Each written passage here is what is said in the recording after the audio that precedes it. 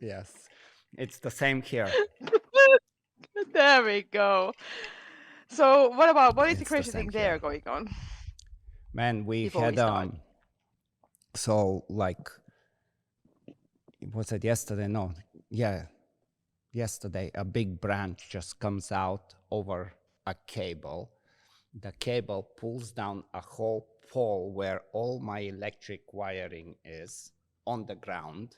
So there is no like we could have not done this. Like I have been running like extension cables to make this work all morning. And I have electric company here that's trying to fix it. And of course they know that I'm desperate because it's like, I mean, the whole kennel, like everything. I have a my helper that stays in the trailer. I have another guy that's coming today from Germany. They know that I'm, so they ask, they're like, oh, it's gonna be 10,000. I'm like, what? Yeah, that's the best we can do. So just like that today, $10,000 are gone for because a branch came on a, I mean, crazy, but life goes Yes, on. I mean branches come and go. Life goes on. And now we have a hurricane that's coming. They're saying What do you have there? probably in like 3-4 days should come. A hurricane. Yeah, Yeah, yeah, yeah. cool. So we don't know if what's gonna be. So That's just Florida. so I thought it's already like bad enough that we have the darkness and the fucking winter is coming and cold is coming, but we don't have hurricanes though. So Yeah, hurricanes are a whole different. I mean, the good thing is it's better than earthquake, I guess, because you kind of know a little in advance. But yeah, it's a crazy thing. And Mm. bunch of championships. Did you watch any of the Bundesliga Prüfung? No, I have No. been like so busy. Have Yeah, you watched? I watched just a little bit. I mean, it's hard to just sit down and do nothing and watch, you know. But I watched few. It was pretty cool. Hmm. Now I guess the FCI starts in, well, they are Yeah, already this week. getting organized, so that will be interesting. And then me and Natalia are going to the Malinois Nationals, which is on the starts, I think, on the 10th or the 11th. Oh, cool, cool. So yeah, we're With like the being Tarzan and Glinda, yeah, Glinda. Yeah, super. yeah. Yeah, We've been training pretty hard. It's just not like ideally, you know how it is when you train. You're never ready. You always want 2 more weeks or 1 more month. And yeah. that's kind of where I am right now. I like Natalia. I know she's pretty ready, but I'm gonna kind of throw a dice, see what happens. And I have to, because it's other. If I don't do the Malit Nationals, then I have no chance to qualify for FMBB. Yes, yes. So you know, we'll see what happens. But that's what we've been doing, like in the last 10 days, 2 weeks. It starts to kind of pre-competition starts to get in your head. Get up all of a sudden. Hmm. It's like, okay, should we go tracking or should we go to do videos? Yes, yes. Do you have a who is a judge in your nationals? The judges. So we have. Oh man, you're gonna kill me now. I think you know him. It's a kind of very cool guy. He's done bunch of. Oof. Now you really got me. Not like I'm thinking somehow Paavo Rapila comes in my head, and it's so not, because it's I Finnish. only know the Estonian judge Aivo, but I don't know Estonian. Yes, I think it's the. Give me Estonian the Aivo name. Obligas or Yes, Aivo Obligas. Because yes, I was exactly. really thinking that Jesus. I don't know any Lithuanian, but then Aivo came to my mind about tracking. Yeah. Okay, so you have I Aivo mean, there. I'm Who is horrible. Like, Lithuanian? to me, Estonia, Lithuania, and Litva are like very confusing. And I know they even speak so different languages that they don't even understand each other probably. But for me, it's kind of, But so yeah, he does tracking, and Yeah. then Mark Oliver and what is her name? Natasha. She's from Slovenia. You have Oliver Radke there as a judge in Yeah, obedience. yeah. So they're gonna do. Even- I know they're gonna Yeah. do. I don't know how they're gonna do it. I think both Natasha and Mark Oliver will both judge on the stadium together. I think. I don't know. But these And are Natasha is the judges. where is she from? She's from Slovenia. I can't Where is think of her name. She breeds also, a German but Shepherd? Or no, a Malinois. is she a German? No, Natasha. Yeah, she breeds Malis in there, but I can't think of. How do I find the names? Slovenia. This is so bad. Like I'm Anyway, so bad. but they just like both together, obedience and protection. I think this is the plan. Do you have a long distance to the championships, or is Yeah, it we're close gonna by? have to drive. Yeah, I mean we have to. It's a good drive. But I was saying like the getting ready for the competition right now. That's the big thing, and Natalia is a little more prepared than me. I'm gonna hopefully do okay. But it's the qualification, so we have no choice, have to do it. And they made it kind of weird this year. Like, I don't know how you guys do in Finland. For us, it's always a little bit, it always seems to me, for all the years that I've been competing, or at least the last 10, that somehow the Malinois Championship or the All Brit Championship always in some conflict with some other world championship or something. So like right now, you have the FCI starting basically this weekend. And in the following week is the Malinois National. So even anybody that was on the team at the FCI and tried to make another competition has only 1 week off. And it is just very difficult considering that you have to fly and come back, and it's just not possible. We have the same. We have always finished Malinois Nationals second weekend of October. And that basically means that people who have been competing in FCI, and then they are usually traveling by car. So you have the long flights, but we have the long distance driving. So people are like taking the ferries to Sweden or Estonia or somewhere, and then they are driving there. So usually some people actually fly there, but I personally prefer always go by car when possible because I have so much stuff. How it is with you when you go, for example, nationals? If you consider that it would be like, let's say you have to drive like 1 day, like 24 hours or something, or do you prefer fly and rent the car? Which one you then prefer Yeah, if you can go by we driving? got really screwed up right now with flying. Like it was becoming very difficult before COVID, but now after COVID, there is only 2 airlines that fly dogs out of all the airlines that we have. Only 2, and they have some crazy requirements that it's very difficult to meet. So I mean, we're kind of joking that if for some reason there is a competition in California and we need to go to California, probably the best way to do it, if we're gonna fly, is to go to Frankfurt and then California. That's how crazy. That's how crazy it is. Yeah.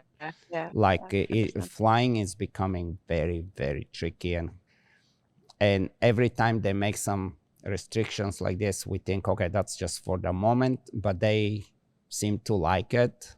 I don't think that our airlines, at least, I think they're done dealing with dogs and lawsuits and stuff like that. So they're just done. And so, yeah, we're gonna drive. We have to drive. Yeah, I kind of remember this because when I was last time in USA and I was going to Brazil, and I thought that maybe I would take my dog to Brazil. Maybe you remember. And then I Yeah. checked the prices, and the prices were like they would charge. I think American Airlines would have charged me per kilo price, and some kind of like cargo kilos, like whatever weight. It was super expensive. It would be like something like I think it would have been something like $10,000 Yeah. what I would need to pay or something like this just for the dog ticket. So it would be like say like a more expensive than me myself flying in the business class or first class or something. So Right. it was terribly expensive. And then I decided that okay, it makes of course no sense.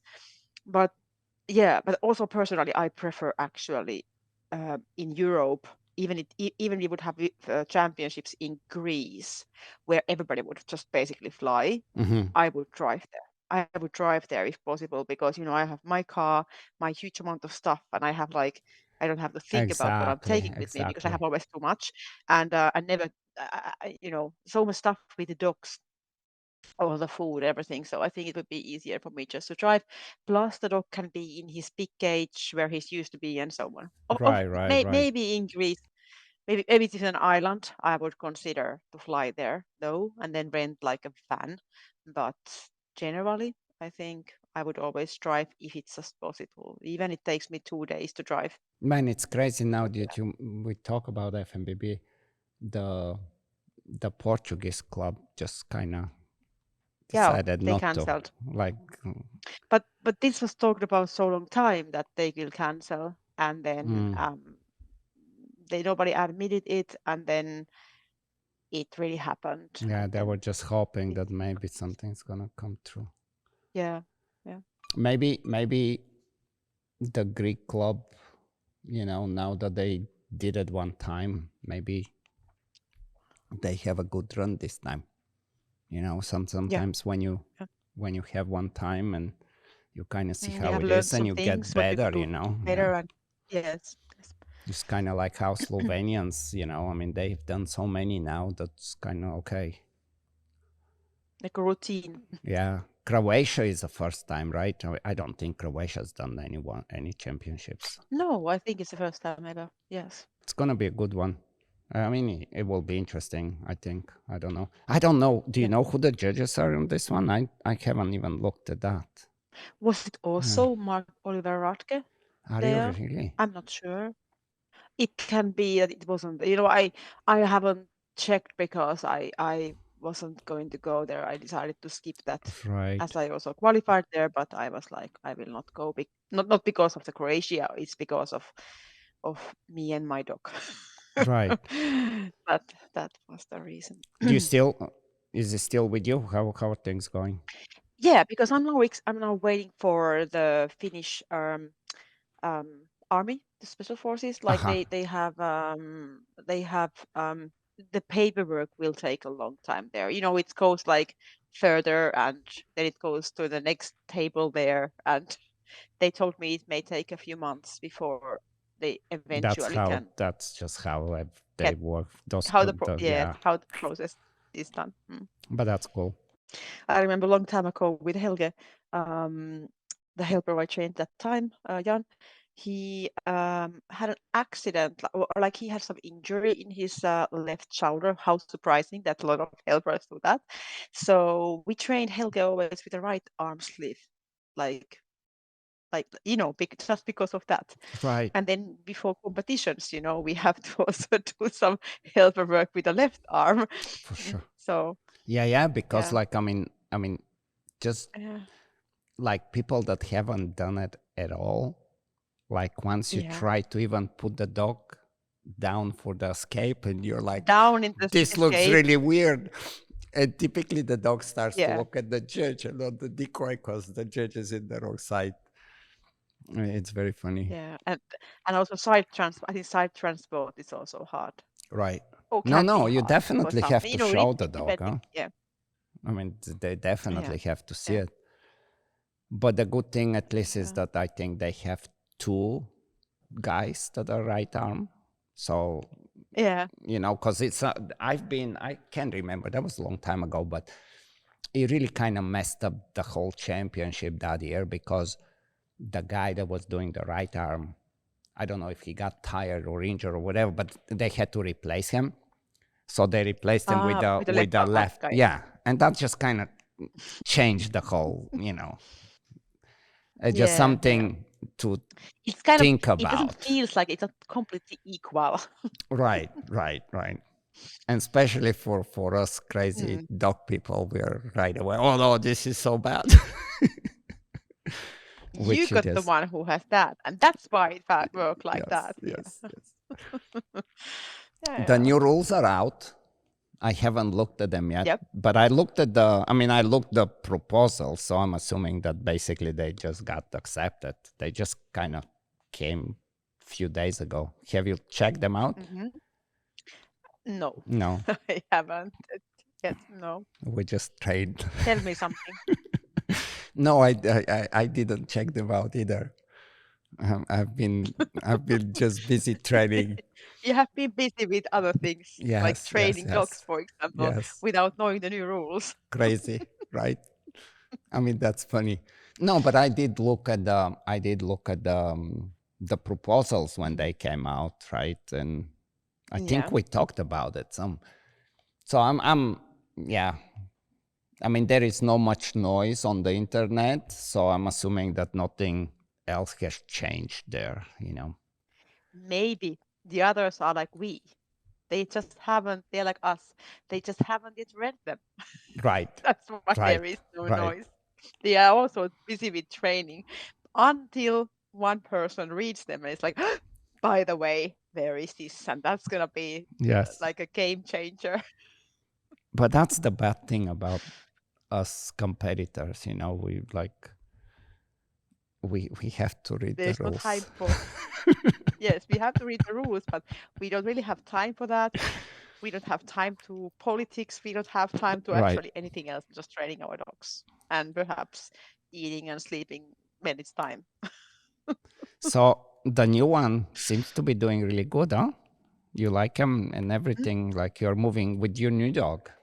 Things are looking Oh very yeah, I nice. love him so much. He's now 13 months old, and I have this feeling that finally I have a dog I can train. I can move forward without stucking in some unimportant little things, which Yeah. keeps me circulating. Yeah, I'm super happy.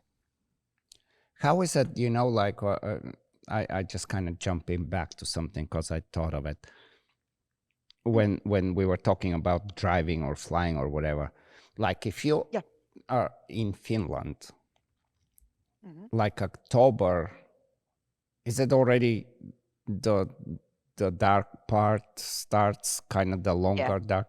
Yeah. So It's how bad one. does, like, It's if you like, go to, let's say, somewhere in Europe further down, do the dogs get affected by that? How does the dog really deal with this 6 months, six you know, months? we don't it will be easier after the summer, but we don't go in October anywhere. We Uh, kind of like, we are yeah, because depressed. there is We feel nothing like happening. You're the right. death is coming. Exactly, death is coming and nothing happening.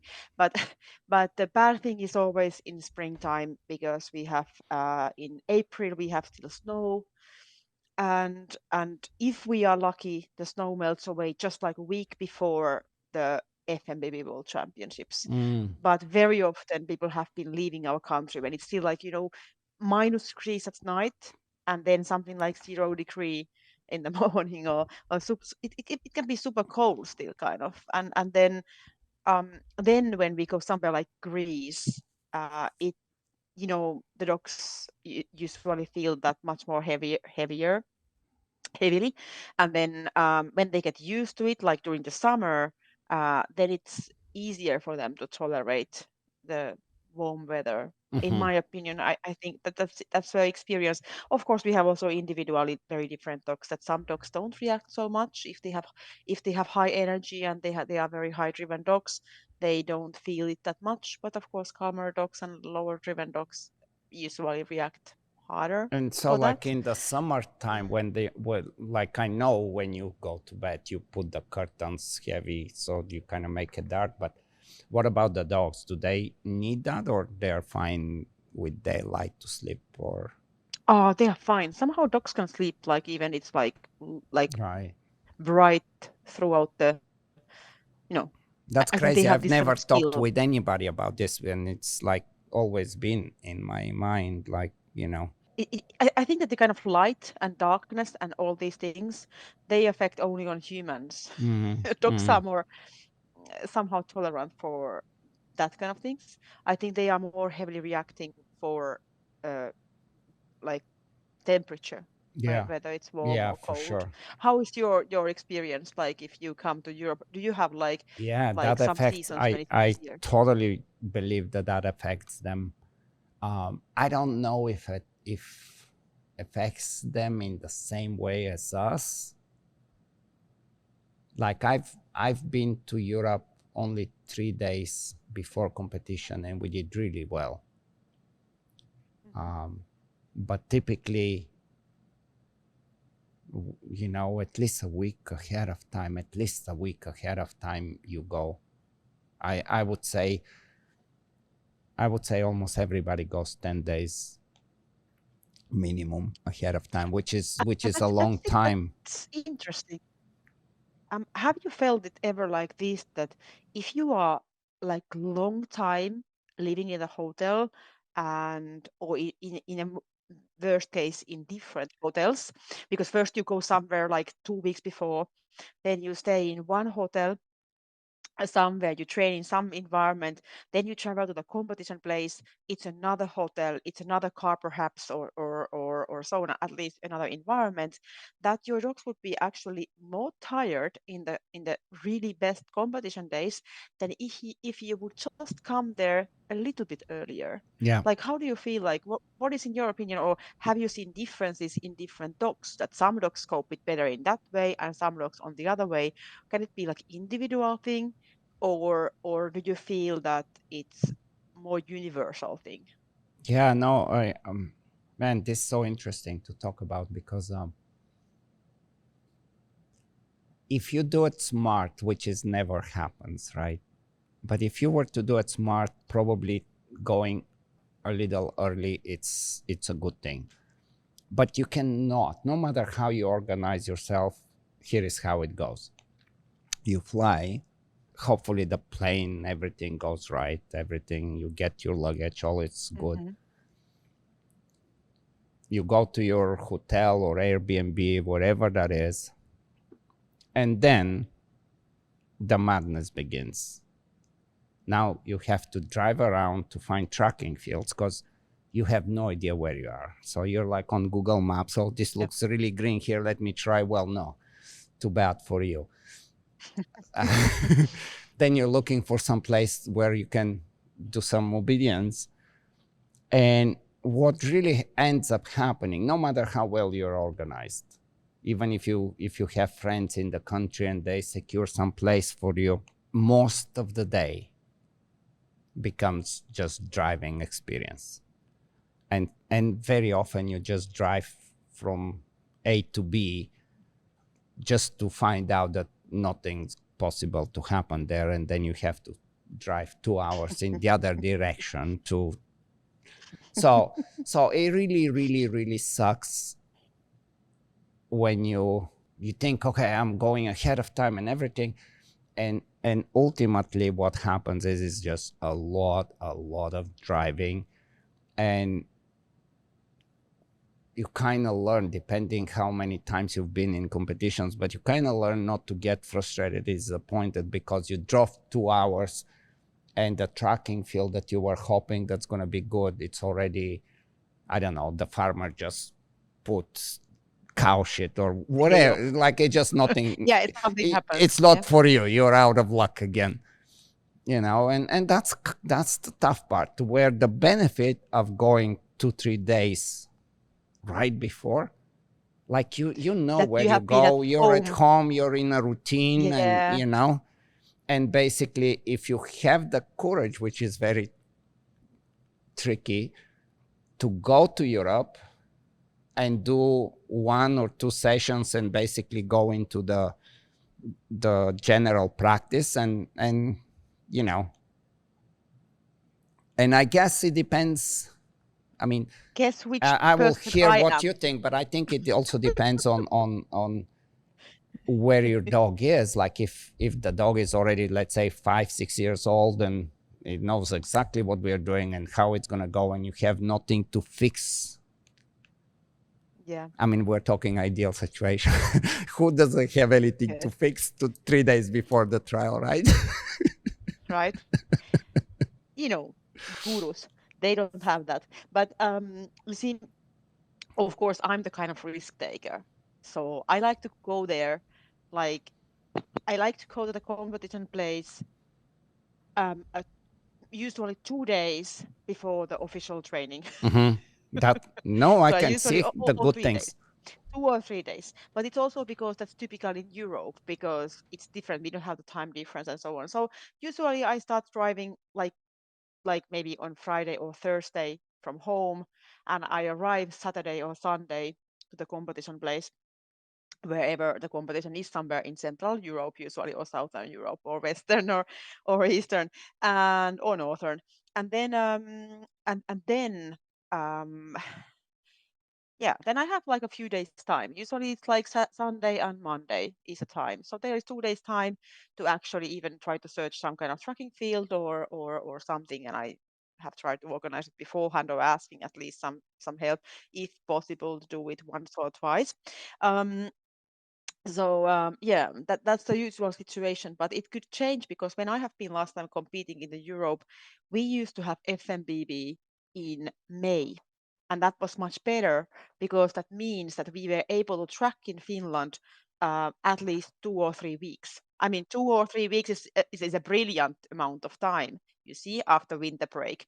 And then then nowadays, when the competition is in April, that means that I would be like forced to drive there earlier, that I can do at least a few, like 1 week tracking before, or 2 weeks. So something like that would force me to do that. But my experience generally about traveling is, and I have been always wondering about the Team USA and Canadians and Brazilians and all those people who have to come from far away distance, that how much more harder it is for the dogs, because you are forced to take a rental car and flying, and that is stress for your dog. No matter how good dog you have, he has to change so much more in environment, and also the weather can change and so on.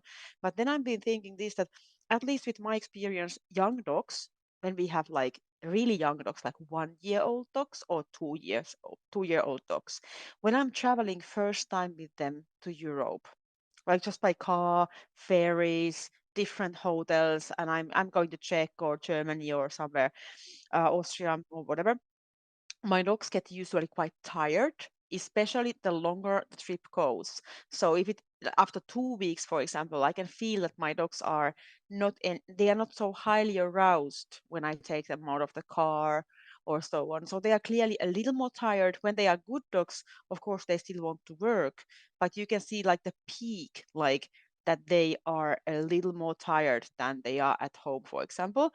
And then the older they come, they seem to not to stress about and getting tired so easily. So when they come like 3 years old or 4 years old, or if we compare it for 5, 6 years old dogs, that they seem to like cope better the traveling and the stress.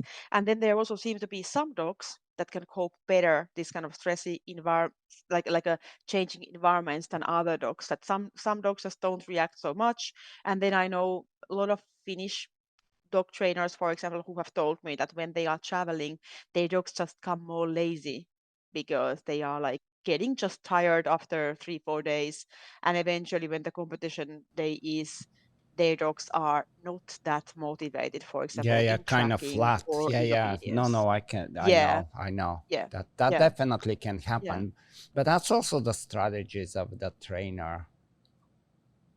Of Mm-hmm. It's so hard to have this strategy to make it right, because the strategies always change, right? It's not like, okay, I got it down, it worked for this trial, so I'm gonna do the same thing for the next trial. It's just not gonna go the same way, and you gotta be The dog is smart. different, or you have Right, another problem fixed right. or something, With our and they traveling, normalize it. what is one of the kind of, at least, again, depends on the personality of the person, but like travel can get you very frustrated. I mean, your bag gets lost, or the connection gets delayed, or they don't have the right rent a car, or you realize that the Airbnb is like in a really bad area of town and you have nowhere to walk the Or there is no dogs. place to walk with your dogs, Exactly, or there's no exactly. street dogs, or whatever happening. And Yes. and all these little things, they get you frustrated.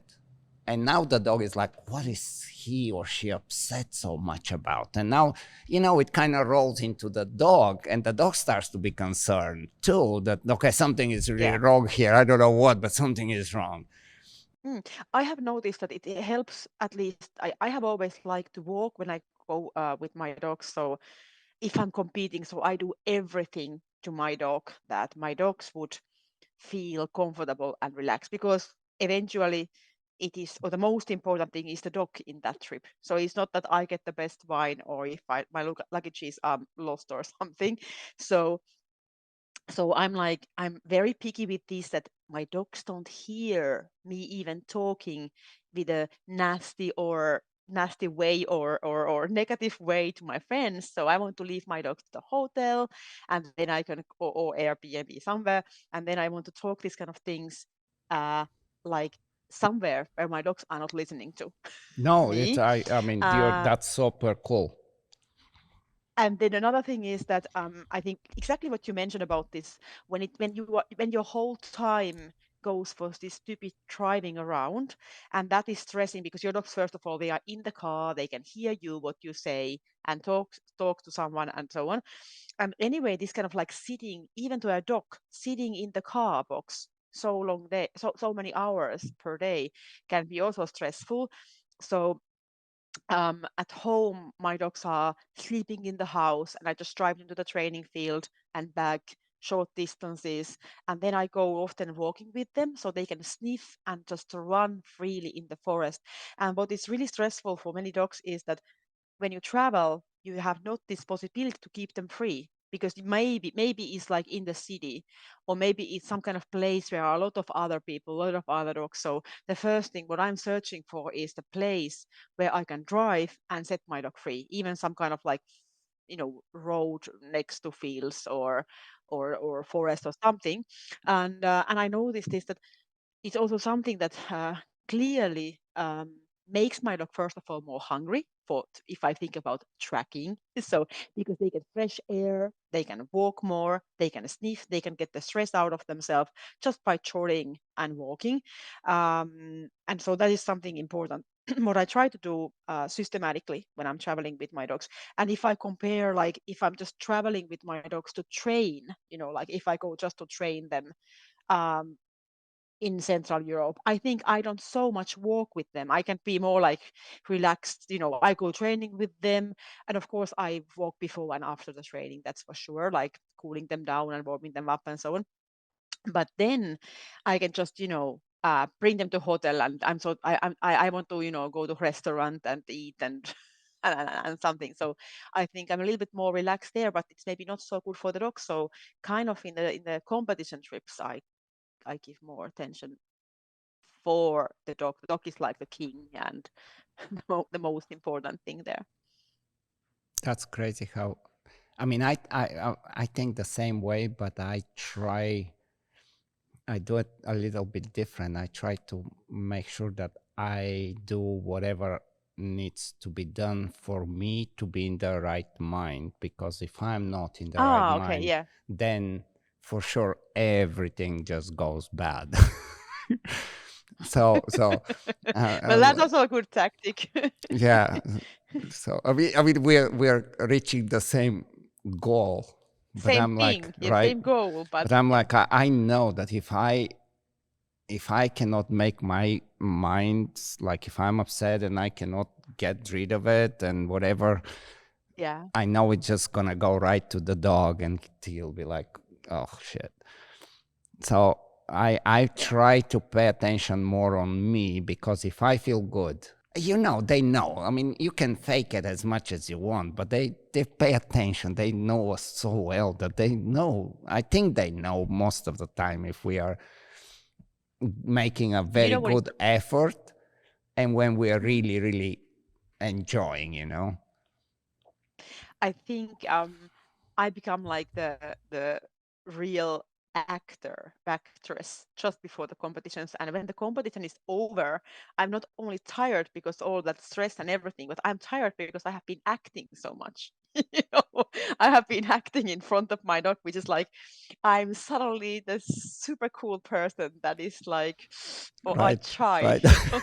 And I was thinking, for example, before Finnish championships with Mahis, I think the last 1 week I was like in a super merry mood, just in front of my dog, not like maybe everywhere else, but just in front of my dog and all the training. I think Mahis must have been really thinking that, oh, it's like it's super fun right now with her. So he kind of like cheered up. I think he was better, but often my dogs are a little better in the competitions. And I have been thinking whether it is because I become a nicer person. Right. I tell you, with me, like I mean, I share with, obviously, with the whole world that's listening, but I want my dog to know that the moment we have a very good feeling, but Yeah. somewhere, and it's not even on purpose. It actually happens in during training for a good reason.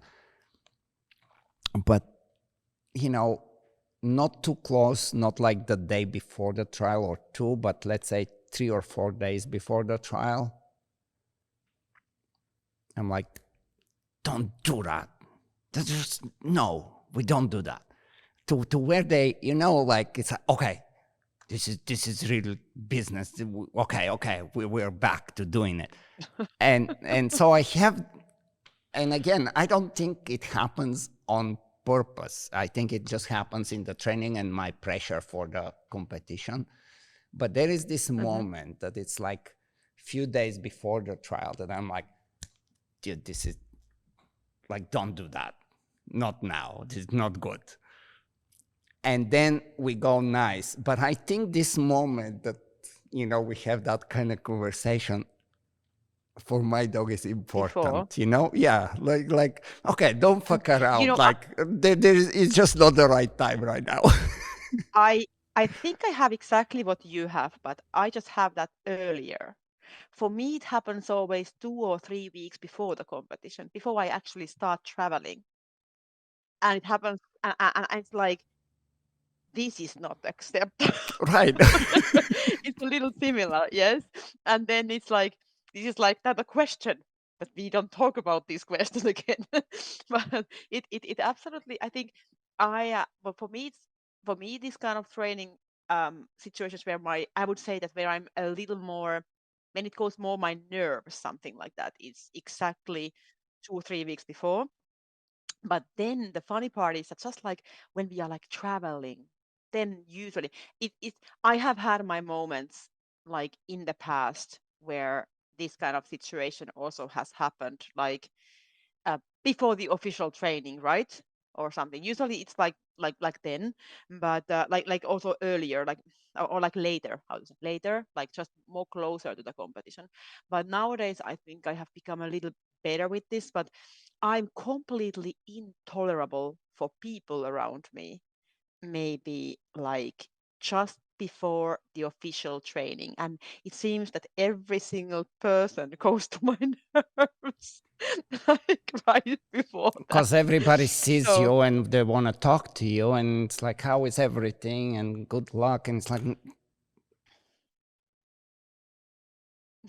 no, I talk like a lot, like all kind of bullshit, but I think and I go people's nerves really. But official training is something that it never stops wondering me how it comes that people don't know what they are doing in the official training, and I need to know what I'm like. I know exactly what I'm doing. Like every single dog, I know it when they were born, what I'm gonna do with them when I bring them to competition, to official training, kind of. And then when I'm asking the other people who are in this team, because usually it's like, 5 people or 6 people in this group. And it seems to be even worse in the nationals, because in the nationals you have more unexperienced people in your group. And somehow they really trigger the worst out of me. Like I'm like, hey guys, could we talk like couple of days before the official training, like what everybody is doing, and I can go it through in my mind, and I'm gonna plan my program with that, because if I'm number 4, I want to know exactly what the number 1 and 2 and 3 is doing, and also 5 and 6, so I can place myself to the field, to the right spots, and I can perhaps do a little bit healing or something there. And then they are like, we don't know yet. Oh, I do a little bit healing and then I do that. And then I'm like, and then in the worst case, what happened is that they don't do that. They start to do Right. something different on the field. And for me, it's like, like everything collapses at the See, moment. And those then are the moments where a really good team captain, experienced team captain, can kind of can help a make lot. this. Like this is probably the most important time for the team captain to make this for everybody. Is Hmm. it always similar what you prepare when like But in the on nationals, that we don't have the team captain, like actual? we usually have just like a local Sure. team or the club that is going there, and then it's there is no captain, so it's more messy even there. I think in the world champs it's easier, Do you but always yeah, do the same kind of practice? yeah, I do. Yeah. And I kind of like the only thing I'm varying basically is whether I do the jumps or not. It depends how old dog I have. Like if you have Yeah. elder dog, Yeah. perhaps you don't have to do that. But younger dogs Or usually, if the I like jumps to do are just set up jump. Yeah. something funny, then you have to ride or yeah. Yeah, or just like, just gonna be that I just ask my dog like one time jumping and giving the ball. But exactly, I want to save time. So I'm like, I need to know when I can go to the jumps. So I need to know the people like how much time they are spending in the middle of the field and which order, because I could easily do it meanwhile that. Yeah. But yeah, but that And is when you something do that it, is it more of a like a because you have few different ways, I guess people would have. One would be to present more of a trial kind of picture to the dog. The other one to present more like a playful session. Like, where do you go with those? I think I go a little bit between. So I start heal my dog towards there, like in a trial, and I reward my dog from that. So just the beginning is like the same, but then I change it completely and I play with my dog. And when I have once played with my dog, then it doesn't really anymore matter, because right, my dog he has already been giving his reward one time, and then I can just bring him to do the jumps, for example, and I just do like I always do one recall, and then after recall, I want to show him the sender way so that I will turn him so he can see it from a shorter distance, and then we run together in the beginning of field, and I send him there. That's like how I always do. I don't want to have anybody there showing the toy or something, because Yeah. this could go wrong. I mean, anything can go wrong, but that's just how I'm used to do this. And I want to spend like my most important part, of course, is in obedience. I spend more time in obedience than in protection. It's just a blind search, right? Of Mm-hmm, course, mm-hmm. this can vary. I can have like one reward in some of those blinds. Can be that I have one reward, for example, in the fourth blind or something. Yeah. And then there is, of course, helper in the sixth. But what seems to be a little problematical is that we seem to have like every year some kind of like big conflict going on in Finland, at least with this, that like last time I got like like again because of my nerves, I got like this is a bit embarrassing to say, but I got like uncomfortable, like lost my nerves a little bit, or got I was a bit maybe nasty to some competitors, Yeah. because they were like, why do I need to do so much in obedience? Like why I need to do recall, send away, and jumps. And I'm like, I'm not gonna spending more time here, right? Because I'm gonna do my jump, just like one jump and give it the ball. Like Yes. meanwhile, somebody is doing, healing and or send away or something. And then my recall and send away, they happen very quickly. And then in my blind search, that doesn't take much time, because my dog will basically find the toy in the fourth blind, and then I'm gonna immediately place him down, call him, send him fifth and sixth, and he gets reward after 5 bucks. So it's gonna be like really much in the time schedule. And then the person who said this to me, she was rewarding her dog in each blind, Mm-hmm. like each blind Yeah, right, almost. I think she right. had helper in each blind. Even her obedience was like shorter, and that takes also time. And then I was like, like I'm not gonna spend, you know. But it's I think also because we didn't have a team leader or somebody who would have, like you said, that the team leader can say like make it really nice, like a bit like yeah, like a team leader job. Right, right, right. So yeah, No, I know they can exactly guide you what you're better. saying. And going back to the traveling around and driving around, like not all the time, but very often when the team decides to do things together. So let's all of us train together. Let's all of us meet somewhere, Hmm. and then we meet together, and then it becomes a chaos because everybody's a little tense. Oh, Hmm. everybody's trying to be nice. Everybody's trying to do the right things, but it's just normal pressure from competition, and you're trying to do your best.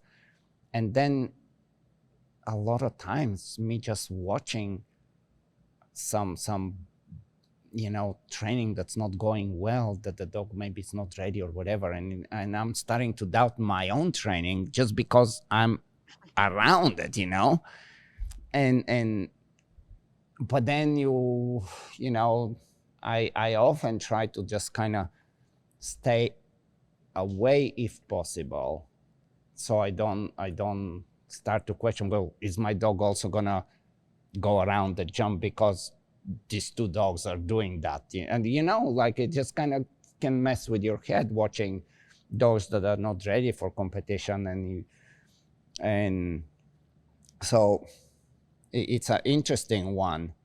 And that adds to, you know on one hand, you want to be a team member, you want to kind of, but ultimately we have to accept the reality that, at least what I think, our sport is individual sport. It's not like, let's play volleyball and it's five of us. It's really, yes, we are a team, yes, we have to help each other, we have to do whatever we can do, but to a point where I'm not sacrificing my own training, right?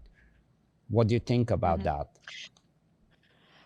It's interesting because I have been in teams like in the past where we did like basically almost every training together, and I felt that when we traveled together, we have had like a very good team spirit in many times, and then we also felt more connected and so on. Of course, we always have some people who said, tomorrow I come also to the field because somebody, um, like in the ideal world, we can decide ourselves that, okay, I'm gonna tomorrow at in the morning I go to tracking, and in the evening I go to do obedience or protection. Mhm. But in the real world, it happens that somebody gets you the training field in the morning, and that means then you go in the morning to do the training, obedience and protection, and you do the tracking whenever it's possible.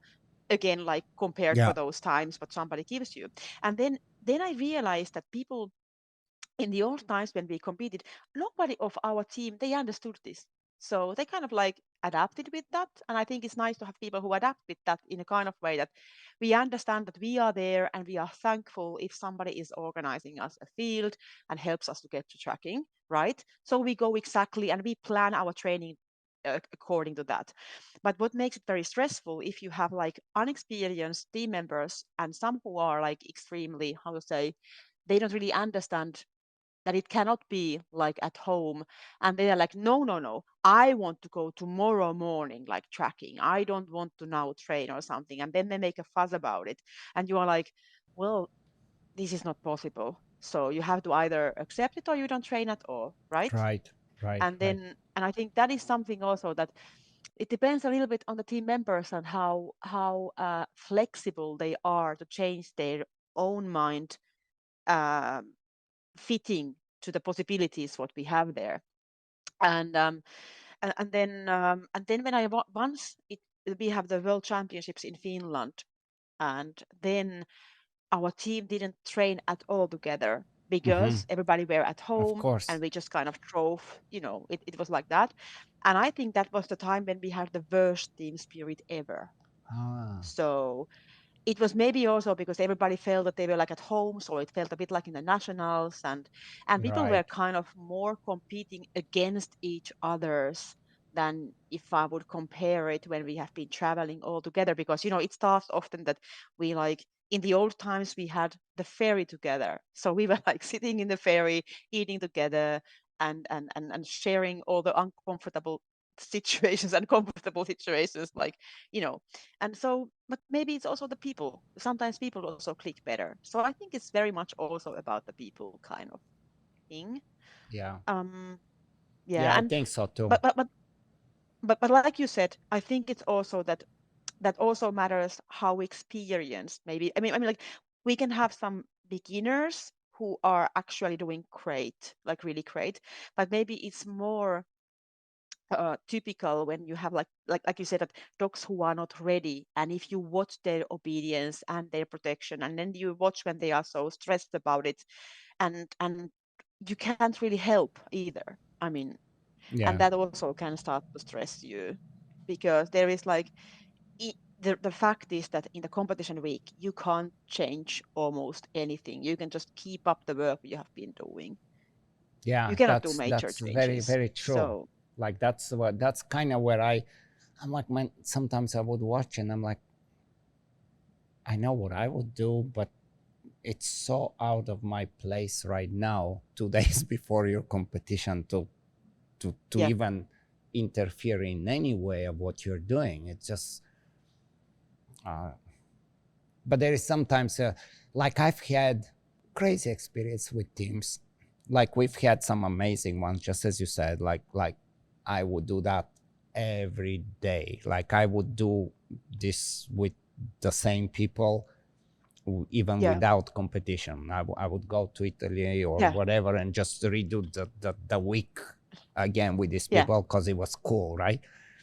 But yeah. I've had also the experience to where one person is like, I don't like this food. I don't want to go to this restaurant. It's like, well, too bad. It's like 10 of us, and we have to get something to eat so we can go to do what we need to actually do.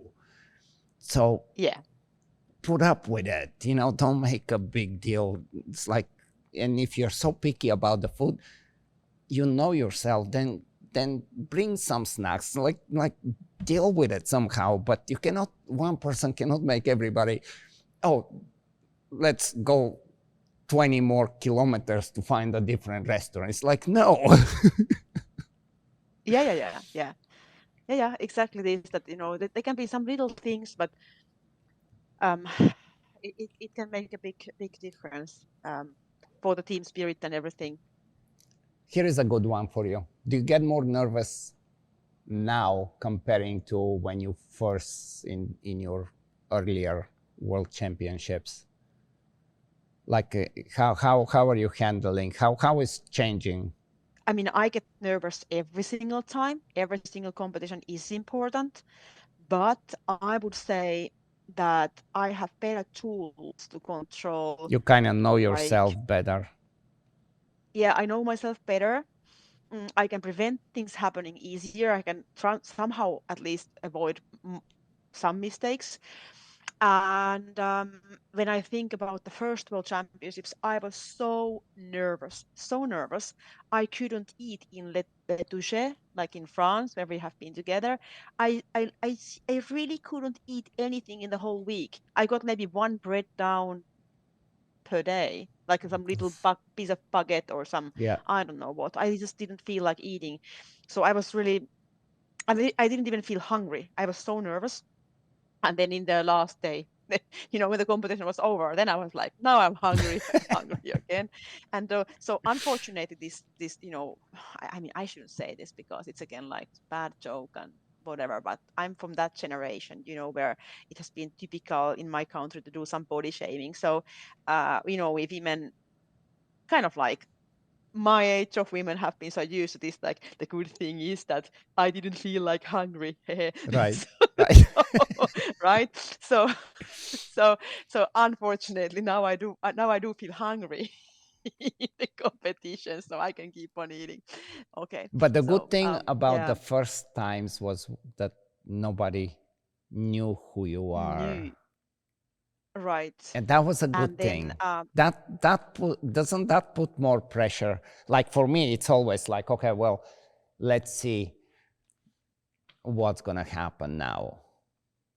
I miss the times when it was my turn to go on the field and everybody goes to buy sandwiches and really, I buy dog hated that food and from first moment. I was so sad that people just walked away when I came in France to show my dog. And I felt it like they really missed so much. right. And I was like, they don't do it second time. It's So just because kind of I half of the like it. crowd is I for like you. it. I Yeah, like to be a little bit like cocky.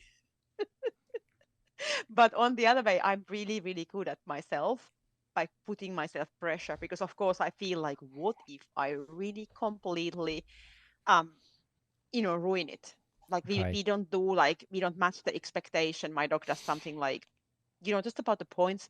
I don't really think that, oh, I don't want to think that we would ruin it so badly that people would be like so disappointed what they see, but we can still have like some exercise that just goes wrong, and then like 10 points away, it could happen, something like this. Maybe that it's gonna be ending up, well, I don't know, something like this. So it would be like, and I think another thing is that I have become more stressed about this, that what I want to show there. So I wouldn't go there with a dog but I think I have always been like that though, that I don't want to go there if the dog is just not Take a chance. matching Yeah, my yeah, yeah, standards. yeah. Yeah, That's yeah. kind of where I am It's right okay now. sometimes. Yeah. But I have no choice. I have to do this competition. Like Hmm. I wish I I just have, did it, you know. Right, right. I was just the same, with Mahis in the last Finnish championships. I think what you are doing right now, right? Yeah, With yeah, a young dog. yeah. Yeah. But How old is I now mean, Tarzan? I have 8 years? to do it smart because I don't want to, like, I don't want to pressure him for something that he's not, and I don't know. Maybe it's just in my head. Whenever we train, Natalia always is like, no, everything is looking good. It's just like this. What is the discipline you are most worried about? Obedience, tracking, or protection? Oh, All.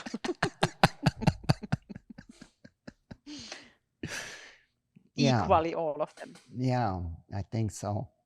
Um, I would say protection is probably the safest. Again, I I'm mean, with Mahis. they're not, by no means, nothing is, I wouldn't go to competition if I didn't think I don't have a chance, right? I just that it's a little bit too soon, like just 2 months. Like I could have trained a little bit more, More. not so intense. So kind of like But I the good feel thing like is, I am trying to then you, to chase it, to catch up something, and maybe it's in my head. Maybe it's not really. Maybe he's ready. I mean, I don't see, like, I don't have a problem. Like, I cannot say, well, he's not downing on a send yeah, away or he's skipping a corner on the, like there is nothing like a yeah, big thing. It's just some, yeah, I don't know. like I- putting all things together and making everything like operating as excellently as possible all the time. Maybe Anyway, it's my yeah, competition. Maybe it's just how I think about it. I know, yeah, like with Ice, with my dog before Tarzan, when he tore the ACL 2 weeks before the FMBB, yeah, and he was done. Like that was a competition that I was like so looking forward to, because just for the 6 years that we've been trying to put it together, Yeah. I had it together, like of course it's a competition. Of course any dog could fail, no doubt, not whatever, like, I mean, it's dogs. Yeah. But I never felt this prepared and confident. Yeah. So that was very painful when we just had to call it off. But who knows? I mean, it's the cool thing about competition, right? I mean, all this kind of mind games and trying to The see good thing what with is your the case would best. be, I think the good thing with your case is that if you qualify to the championships, to the worlds in your nationals, you will then have half year time to, Right. finalize everything. And like before we talk about this competition in France in Le Touquet a long time ago with Helge, and I remember when I went to our nationals and I did 92 points in tracking. I think it was 92. He had problems in every corner. He checked like right, left, make like around himself, and then he started. And not in every corner, but he made it like I think 2 corners. Yeah. In 2 corners he made something like that, so he lost points. And in obedience he made 87 points, I think, or 88 or 87, and he was slamming into me in the Fronts. Yeah. recalls, in the fronts, yeah. And then in the with the A-frame, I threw the dumbbell crooked. So I think he did something like this, that he climbed over and then he came directly back without climbing back. So either way, but he missed the 5 points for the hurdle. So he got, I think, 83 points or something like this. Yeah. And then Yeah. there were some little mistakes here and there, like little things. And then in protection, he did, I think, 90 points or something. I had to give him two here force commands, like a extra command that he was coming to me. Hmm. And in the back transport, he was forging so much that only his tail was touching anymore my leg when the helper attacked. So they were like a lot of control mistakes. And then when we went to the world championships there, he was still slamming into me, but there he climbed the A-frame both directions. And his tracking was very brilliant. He got 98, and then he got 92 in obedience because he needed two commands for the down in center way. And then in the protection he made 97. So there he was perfectly under He had a control. So very we were nice able to fix, protection.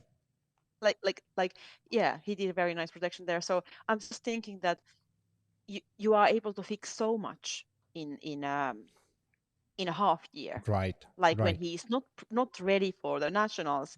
And I was the last one who was qualifying to the team with a place number 6, and I got exactly 270 points. Wow. It was something like uh, it Wow. was like 90, 88, 92, something like 92, 88, 90. So if I would have got 269 points, they wouldn't have taken me to the team, because that time 270 was the minimum. So I was like super lucky. May this bring you luck to your nationals as well. Thank you. There was a very cool one I just watched. I mean, a month ago or something in one of the social media. I don't know where, but it was like this, like a glass and a bottle, and he was saying, "Okay, that's enough," but it keeps coming. It's like, "Okay, thank you," and then they zoom out, and it's him pouring himself. But he's saying, "Okay, that's good, enough. Okay, thank you," and then it's like, "Oh, it's just me." Yes. What about training? Like when you think about, I don't know, 2007, 2024, what has changed in your training, and what actually what has changed? I'm very curious, but what I'm more interested, for whatever reason, is what is still not changed. The same. Yeah. I think what is not changed is basically how I prepare, how I put everything together, how I um, use my emotions. Of course, I'm a little more aware of things like, but I'm still doing it exactly the same way. Healing is very, very, very same. There are little things like how I teach my dogs to do, for example, about turn, like little details, or little details how I get there, like how I'm like teaching a trick for a dog. Make it But a when the little dog knows easier, those, more clear. make a little bit easier, yes, and more clear for the dog and lesser conflict and so on. So this I can train a bit more clever way for different types of dogs for sure. But the general idea, when I raise the arousal level high, how I do that, how I get my dogs focusing, and precise and motivated and keep that motivation up all those years. I think that nothing has changed in that. And then what has changed, also, like I have much more clever way now to teach, for example, speed in retrieves when I compare back to those days. Like those days, it didn't matter either how fast the Yes. dog was. Now it's a little more Yes. important. The dog is like a little extremely more like a faster. And then obviously you also need to have a talented dog for this. So but however, I'm much more better, I think, the way how we teach control in protection, this is much more clever nowadays. Like it's split to more small pieces for the dog, and this is something I think better. How we can Yeah. manipulate the dog, thinking that it was the dog's idea and he wants to do it well and he understands it more clever. In the old times, it has been more so that you need to do this in order to get that. But the path has been a little bit more complicated and more difficult for the dog to understand. Yeah, they still So it has been harder. yeah, I know what you mean. Back So, yeah, some but years ago tracking it was more of nothing. like still kind of the dog still was thinking that it's that there was some clashes to where right now we have so many cool ways to say Teach first it's something to good the you dog, work like with me. without the helper. Yeah, and also without the helper first, like Right. teaching a lot of like pre-skills for the dog, Yeah.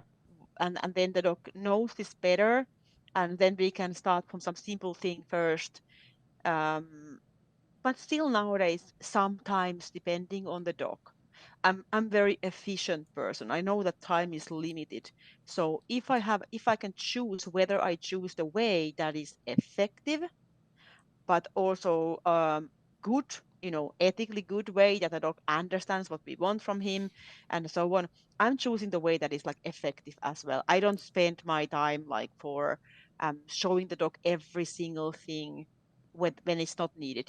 We sometimes when we have very um, how to say, extreme dogs, like extremely hard, extremely soft, extremely impulsive, or extremely dominant, or something like that, then we need to think that, okay, in this particular exercise, this might become a problem. So we really have to think, how can we teach this in the best possible way? But generally, um, sometimes it's a waste of time to, like sometimes people ask me, like, how many repetitions your dog has to do, like jumping perfect 60-centimeter hurdle before you put it 70. And I'm Right. like, one time.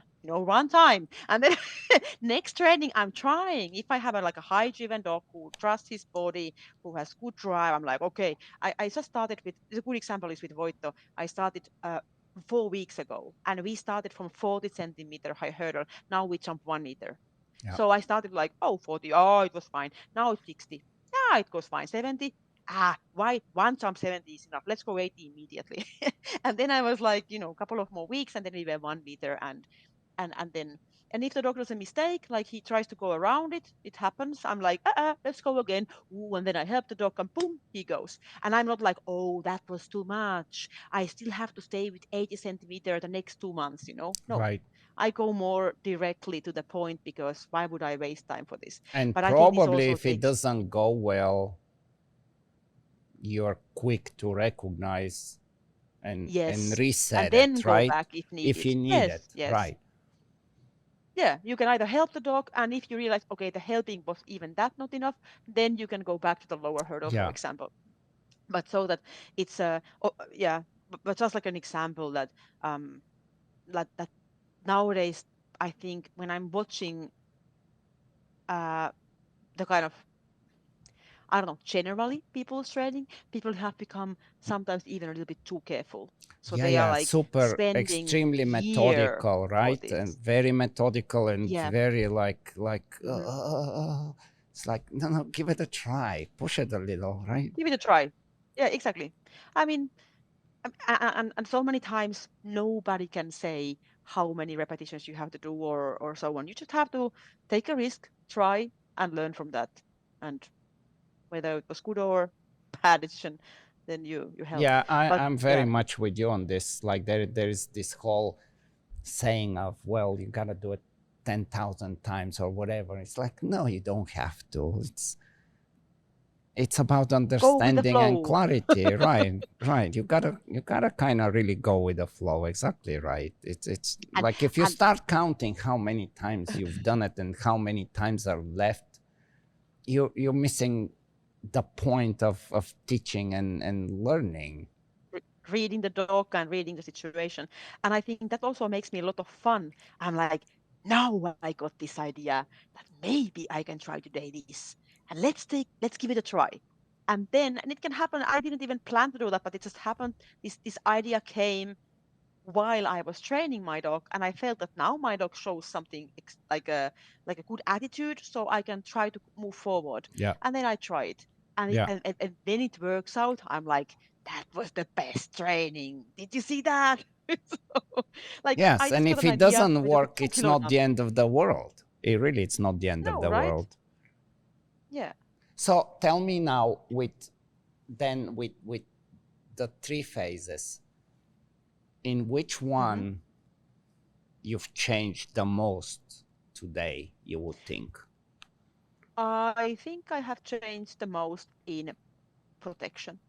Mm, Just because the way how it's so many like things like how I introduce the blinds, how I introduce the side transport, the back transport, yeah, yeah, the call out from blind, healing in the protection. So there I have changed the most. I haven't changed anything about the dog's emotional state or what I want my dog to show in protection or something. It's just like how I add the control part there. And if just I more compare for clarity. obedience, in yes, and in obedience, I think healing is almost like nothing has changed. Sent away, nothing has changed. Loan down, nothing has changed really. um, then sit and down and stand.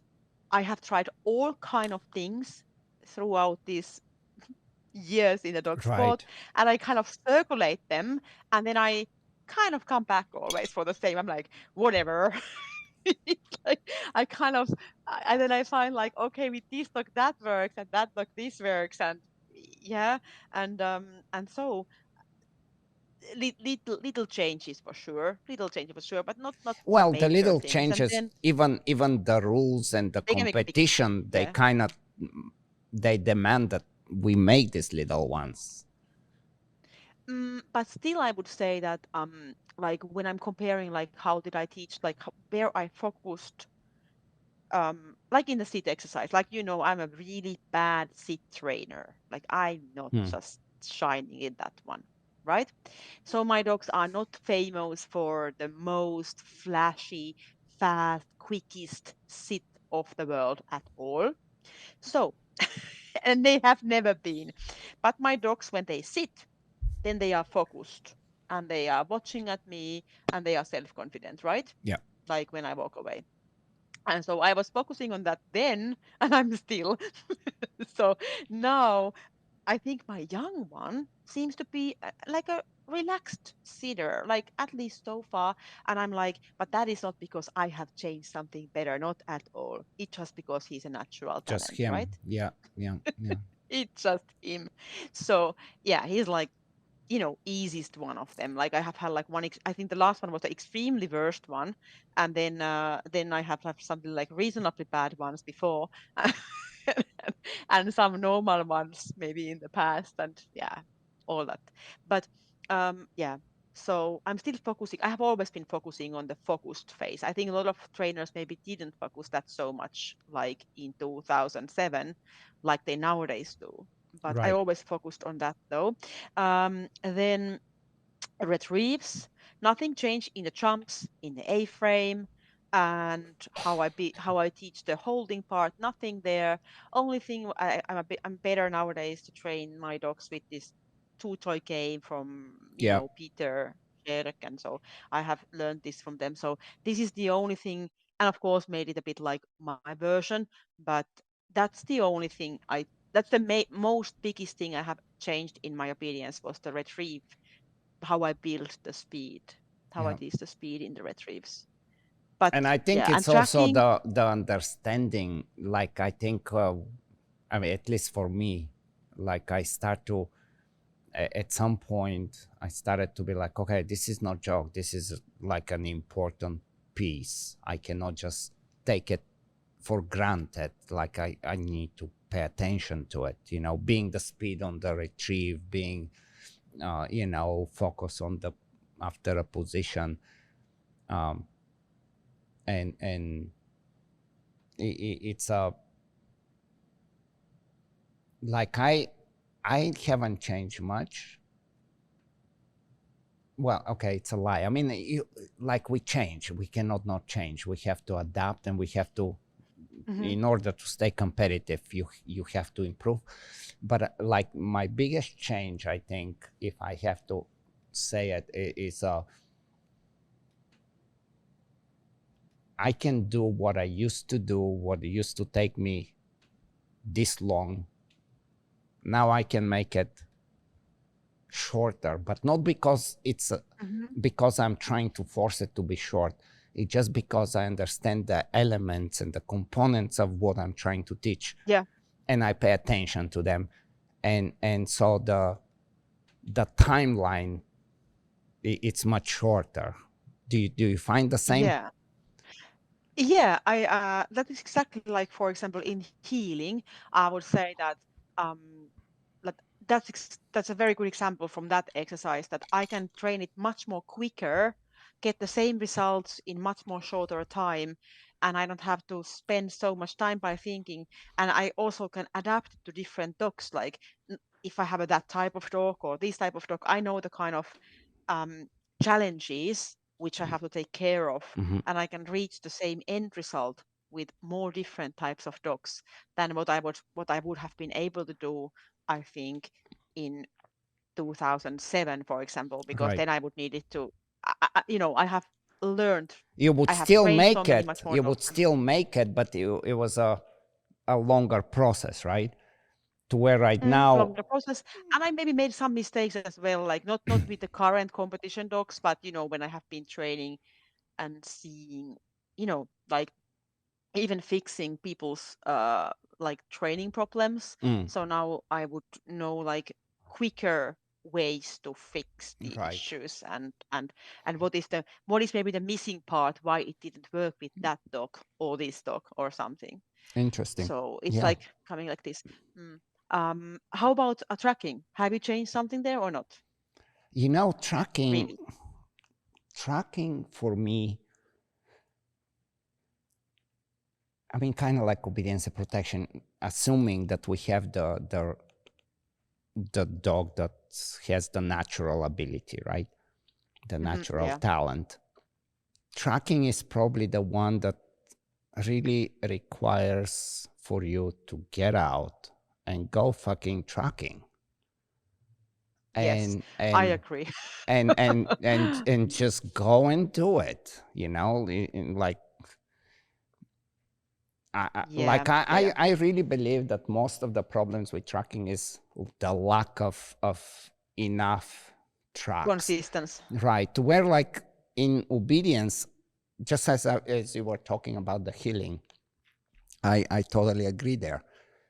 Can make it very much more efficiently Yeah. from zero to stable, not just to kind of understanding, but to be stable in it. I know what I'm doing, and I Mhm. understand it, and I enjoy it, and so on. And for Yeah. tracking, for this to happen, like, I mean, you gotta show him, okay, well, it's raining. Well, yeah, it's raining.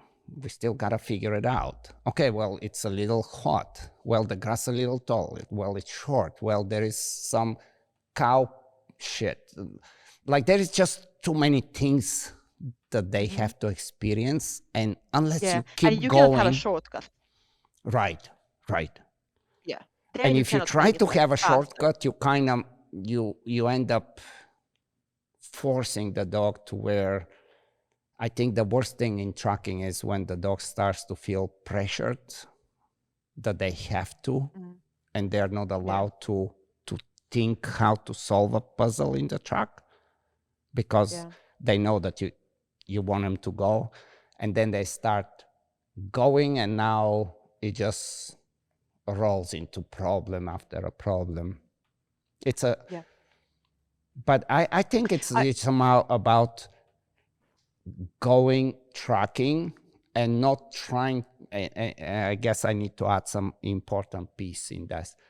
Going tracking as much as possibly you can, and not try with every single track to make these big leaps of accomplishment, because I think in tracking it yeah, happens more gradual. I don't know. step by step. Yeah, I really agree. It happens like more gradually there, and you can't just make like huge improvement. In tracking, you cannot have those big experiences like I just told you in obedience, for example. Hey, let's try to make the 1 meter jump so quickly, and this is not going to happen in tracking because there you have to be more patient and just grinding doing Grinding. that. Yeah, yeah, yeah.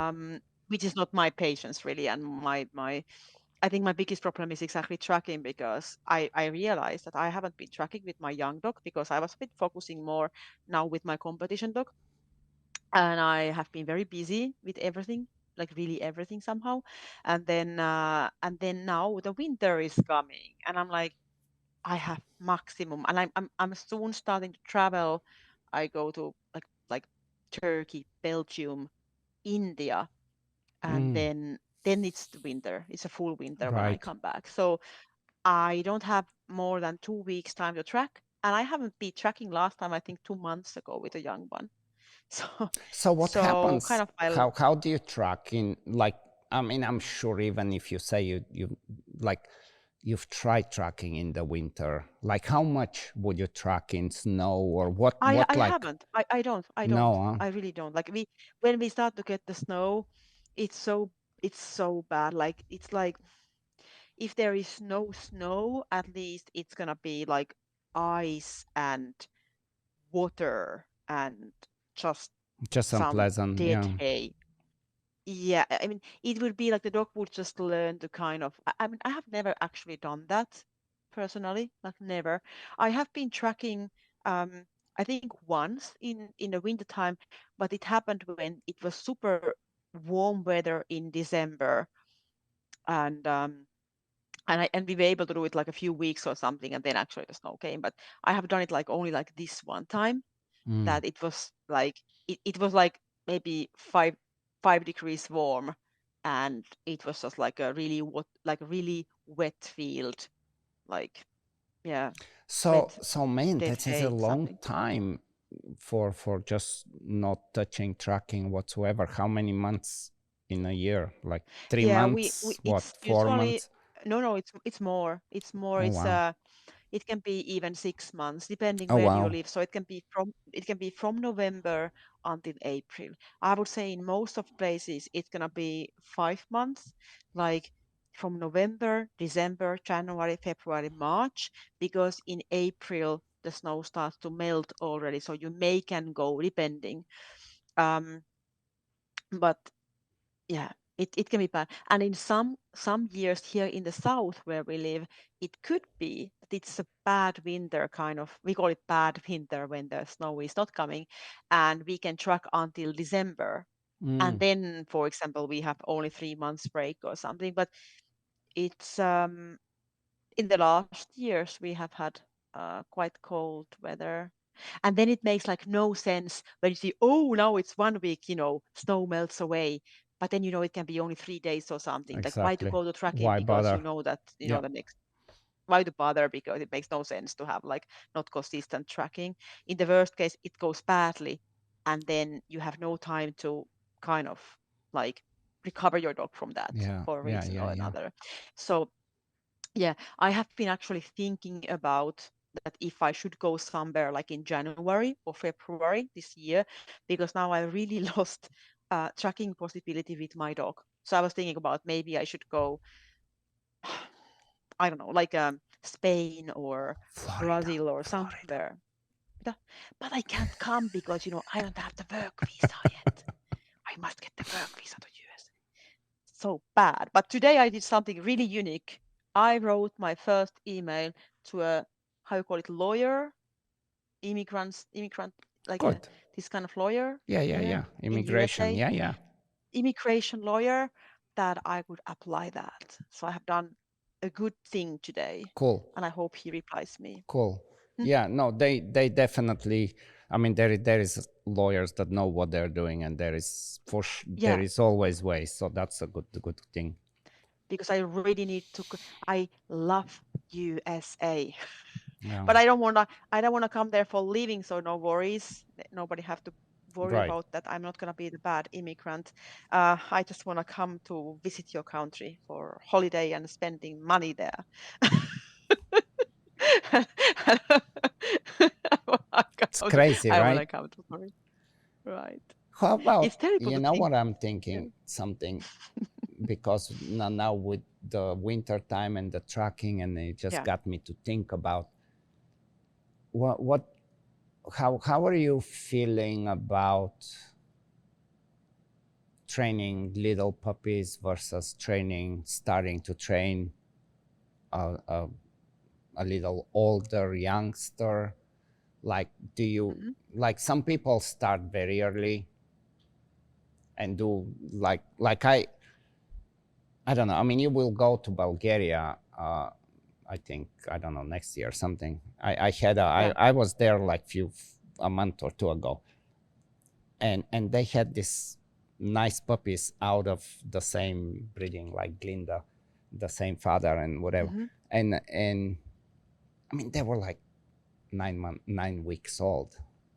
Yeah. They were training like you would be training for a world championship, and it's like, this is like a 9 week old puppy. Like, just let it relax and have fun with it, you know. But I don't know. I mean, some people start immediately right away, quite intense.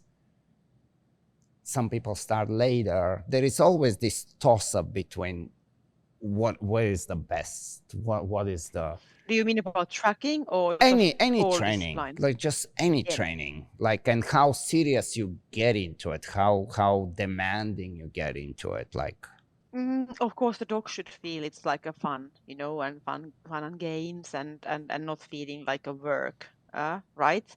Um, I start as early as possible, if you know, but in the winter time, if I get a puppy, so that he was born in, let's say, the first time the born was a little bit like how Voitto was born, because he was born in the end of the summer.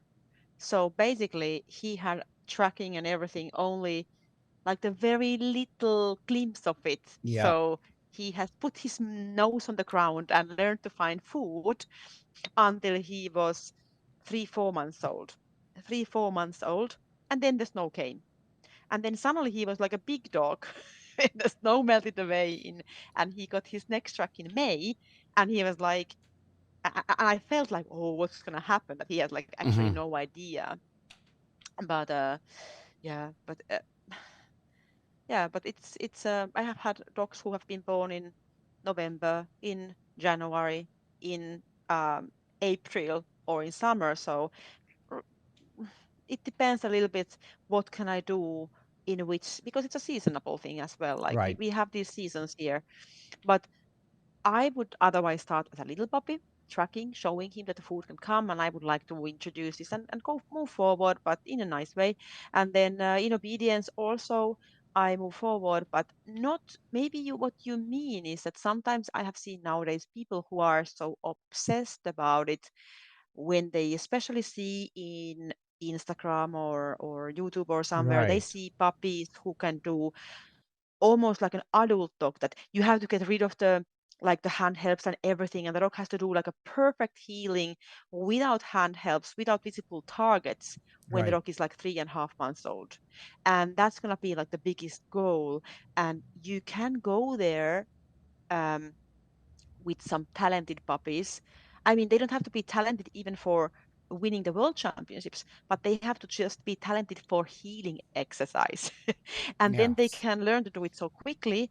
And then we have bunch of dogs that they can reach excellent healing one day if you just don't rush with them and try to bring them Instagram stars at this age, because they just absolutely can't do this beautiful movement yet at this age, because they need more prey drive, they need more fighting spirit, they need more energy come inside them first before they can show something like this. Yeah. They don't show it for the food, for example. And then if you are too obsessed about, and you think that you are too serious about it, and you are all the time like observing, and you are stressed about, oh, the dog is now bouncing, like, or not bouncing, but the dog is like, let's say the dog is how could it, pacing. I have Yeah. heard this. Yes, Oh, the dog spacing. is Yes. Yes. pacing. Yes. How can you let him heal because he is not moving like he should? And it's like, he's not bouncing, he's just pacing, so I'm gonna reward him. So I don't care, And you know. I think also with the like the young puppies, like little puppies, sometimes if they make a mistake, um, it's much more difficult to say, "Hey, puppy, that's a wrong thing to do," because it's their little brain cannot get it yet, right? So like Mm-hmm. what you can demand from a 10-month-old and say, "Hey, you're with a puppy, you can change it, but you cannot like put like this obligation and pressure." It's like, no, No, no, no. like you have to you be cannot very you cannot tactful guide how him. to You cannot make guide it him so well. Yeah, right. but that's also one thing, because some dogs, they need more guidance. Like, you have to help them more, but you cannot help them at that age. You cannot give the feedback at this age. For some dogs you can, in some, like with verbally, for example, but not, for example, with a leash or Yes. or something like this. And then if some kind of like physical help is needed and feedback is needed, then you have to wait. And this, but I think it comes also from experience. You know that, oh, I just keep my dogs now in break, he needs to grow, and then I can start this exercise again. And meanwhile, I don't have to keep my dogs just in the kennel. I can just actually teach him the tracking, I can teach him to play, I can teach him forever, Yeah. like a good grip in front of me or something. So you can move forward in other areas. um You know why I but came up with this question is because I have this, I think we talked about it a little bit, I don't remember. yeah. um, I have, Kimba, the one that I do the mondioring with. Yep. So I have a sister that I sold as a puppy, and I sold Yep. her to do sports, but the people just didn't have time. So she was maybe 15, 16 months old, and she came back. They just called me one day. They're like, she's super cool, but we are not doing anything.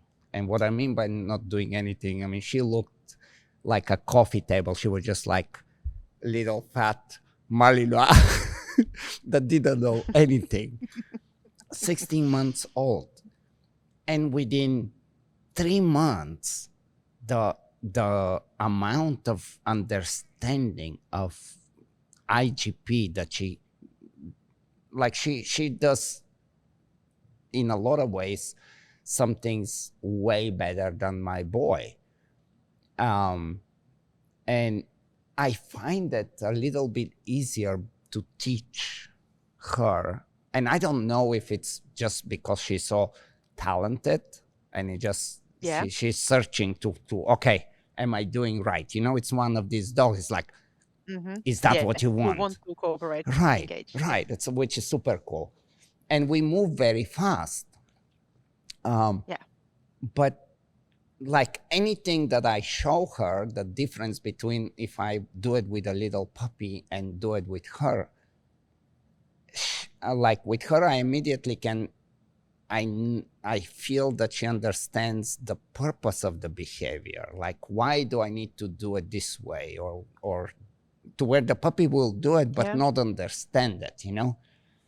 So that's kind of why I was asking how you feel about those, because I haven't, in a long time, I haven't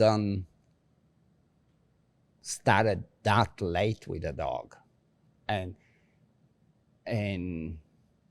if she was the only one that I trained, we would be like I would feel that all this, 3 months, 4 months old, 5 months old, 6, 7, 8, 9, 10, all this time, I wouldn't say that it would have been wasted time, but I don't feel that I lost anything. Besides, right now, I just don't have the time. Yeah, but it can also be, I think it can be quite individual thing as well, because in some cases, if you have the dog who naturally wants to engage with people, or maybe the owners, even they didn't really train her anything, but maybe they at least were able to teach him or teach her like good relationship or something. I don't know. Like maybe they made like a good, like making her feel like self-confident, and she understood that it makes sense to, to look at the human and somehow, something. But then we of course know that we also have those dogs that if it depends how do they live, if they would live in the kennels, or I have seen sometimes dogs that have been living in the kennels or even in somebody's house, but if the person hasn't been able to anyhow communicate with the dog or engage with the dog, and if the dog has a little bit difficulties and no motivation generally to engage with a human, it can be, or the dog can be more impulsive dog or nervy dog or something. It can also be quite how to say, quite a package, like you, of course. And then we have those extreme dogs, like you have this Tina. Tina, yeah. Yeah, No, or I something. know. Yeah. So I Like, mean, you can sometimes I miss a have been thinking, window. You can miss a window if you didn't, and then right? I'm thinking, and for example, with Tina, I was thinking about this, that, or did you say Tina or Tina? Tina. Tina.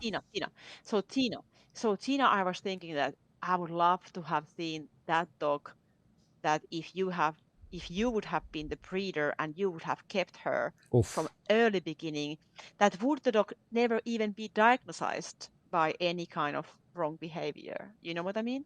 Yes, very Would the true. dog just be actually considered to be like maybe a little bit impulsive dog, but still like completely normal dog? You see what I mean? A really Like good point. how, Really good point. and Yeah, yeah, yeah. and that is something that and so in a kind of way, it also matters who keeps the dog and what kind of natural behavior, natural personality the dog has. That some dogs just, they can become like perfect pet dogs, but also perfect competition dogs. Even they would have been kept a bit different ways, kind of, and even you would start training them like later. And then with some dogs, it matters much more how they are raised. Yeah, I love it. So, Yeah, very good point. yeah, so It's interesting to so think that is about something. stuff like that. Yeah. What do you think about and you definitely experience that because of your winters, but I'm not talking about this kind of a long break, but like, let's say, Yep. 2-3 weeks of for whatever reason, just as you say, you got to go to India, you got to go to New Zealand, where you cannot train, you come back.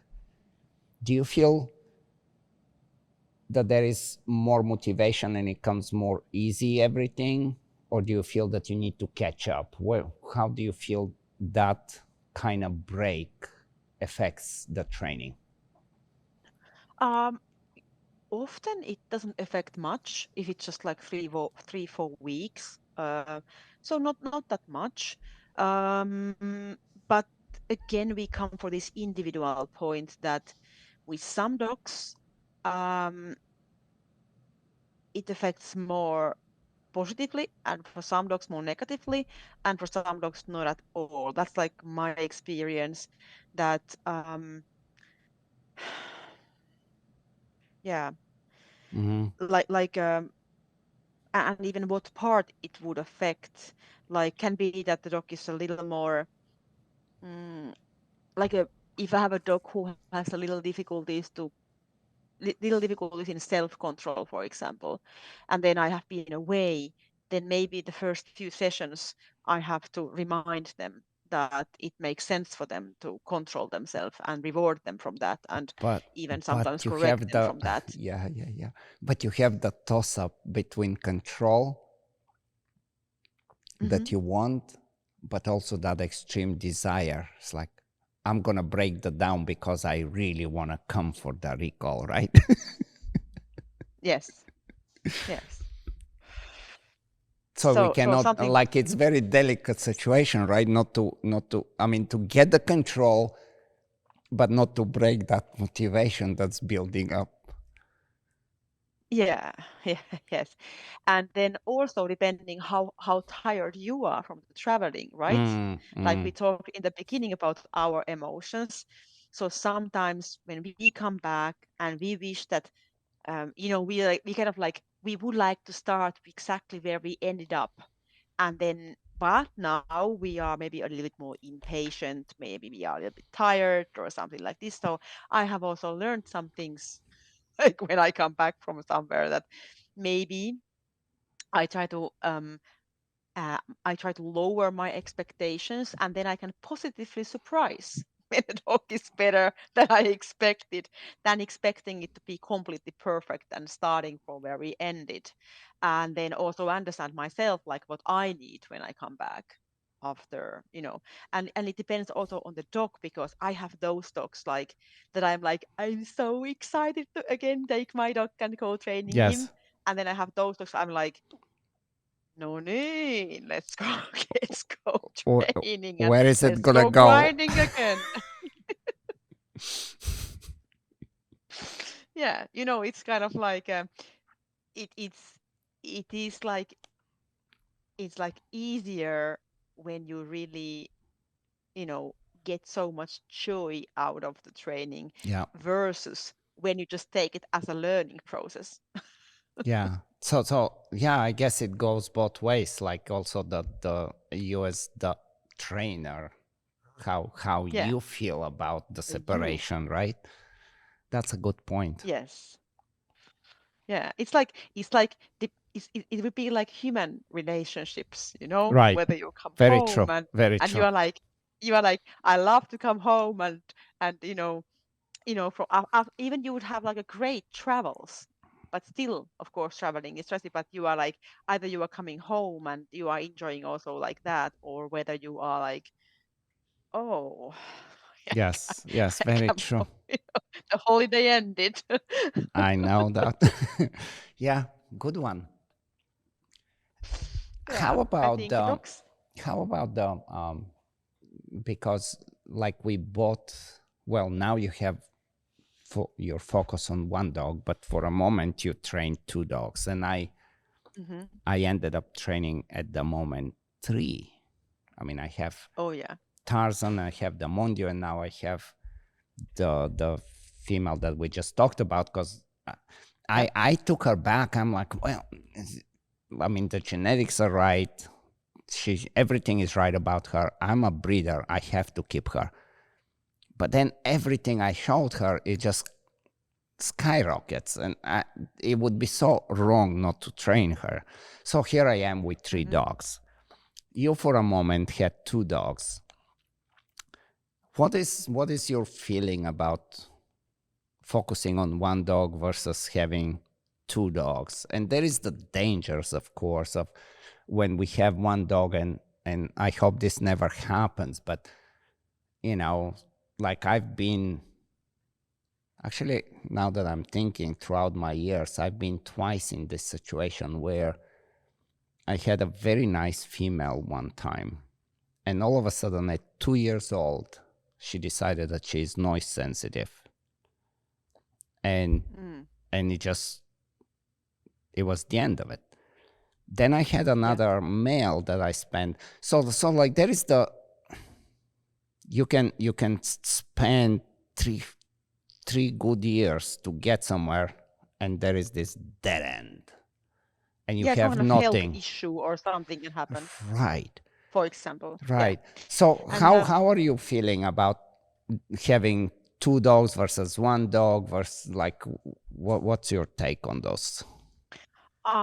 I personally really enjoy just training one dog Hmm. because then I can just because I have a feeling that you always have your favorite kind of where you Hmm. or I have like kind of, and I have so busy life and so many things going on that um not only the dog sport, but I do also so many other things, and I'm pretty sure that most of people do the same. So you have your work, you maybe you do some exercising yourself, maybe you travel, maybe you have friends or family or children or something. So um I think that I would love to just focus on one dog. And I have, at least personally, I have like clearly the favorite dog which I wanted to focus on. But then I had the competition dog that I have to bring in front of the people's judging eyes. And I really had to focus on that dog. I Yes, have you to, have to.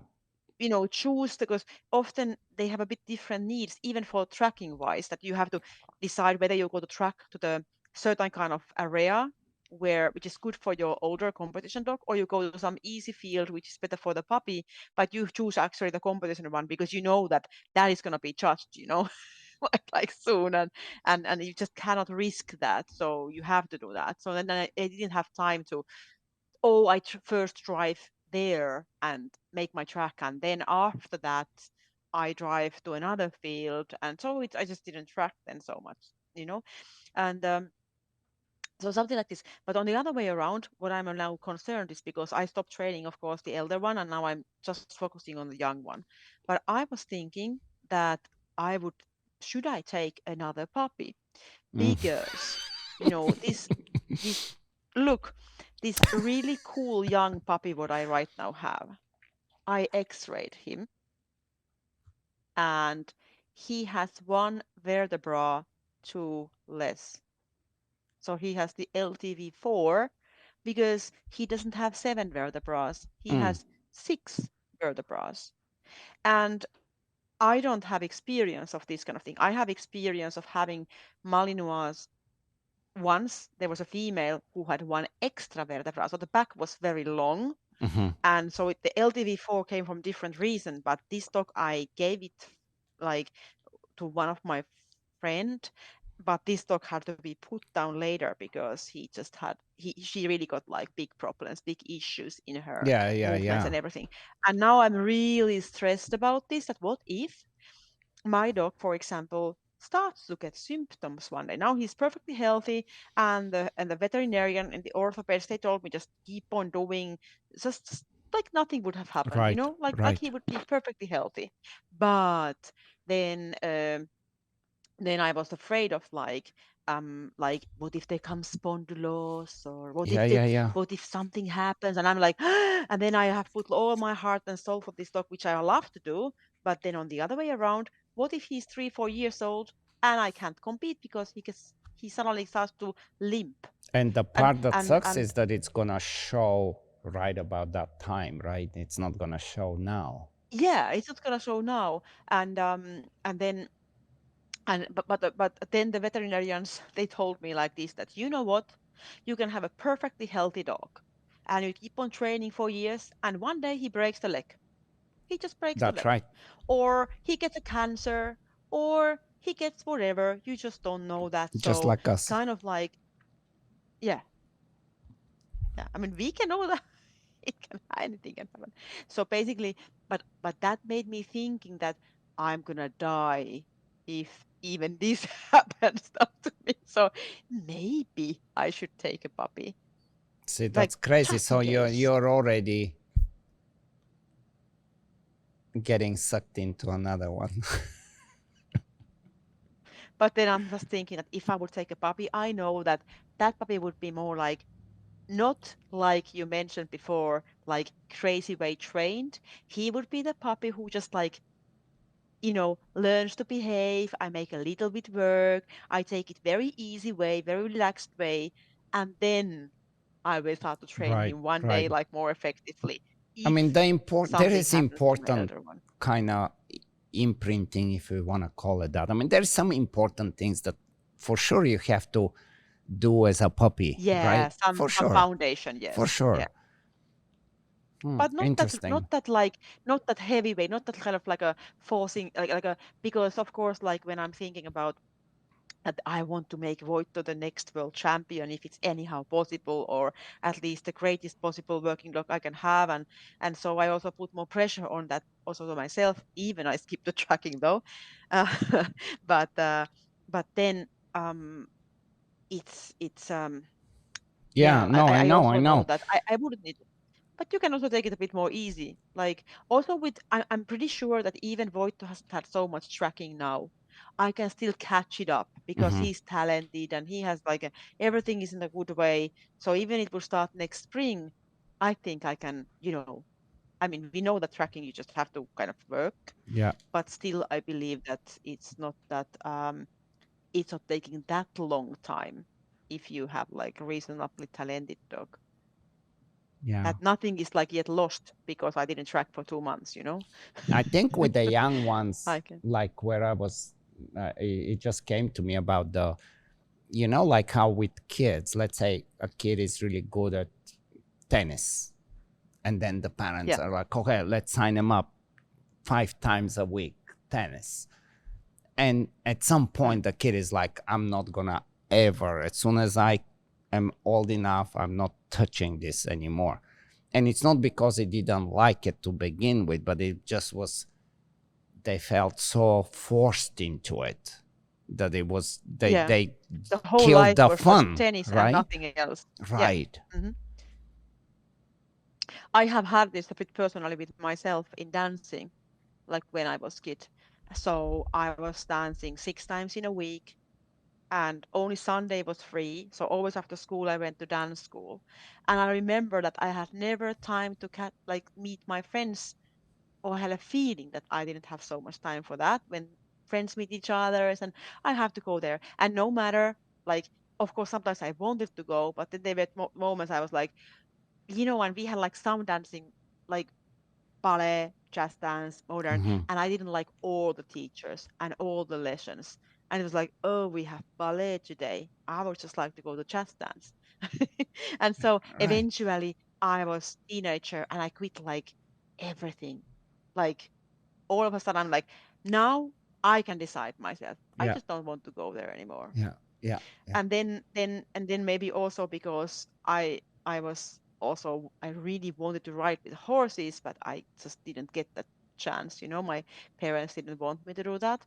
So and also, for many other reasons as well, maybe it was also very expensive, and so yeah, maybe it's with the dogs the same. Maybe the dog just wants to play, but the handler has decided that the dog has to learn with the food to do the healing. Yes. Yeah. Yeah. And Yeah. then every single day is gonna be sit down here, down, and listening the commands and learning to separate them. Then making the healing, the hand is up, learning to go around, all kind of things what you can do with food because you can work a lot with food. And we have lots of puppies who are not that food motivated and they work because they have to work because they don't get the food other way.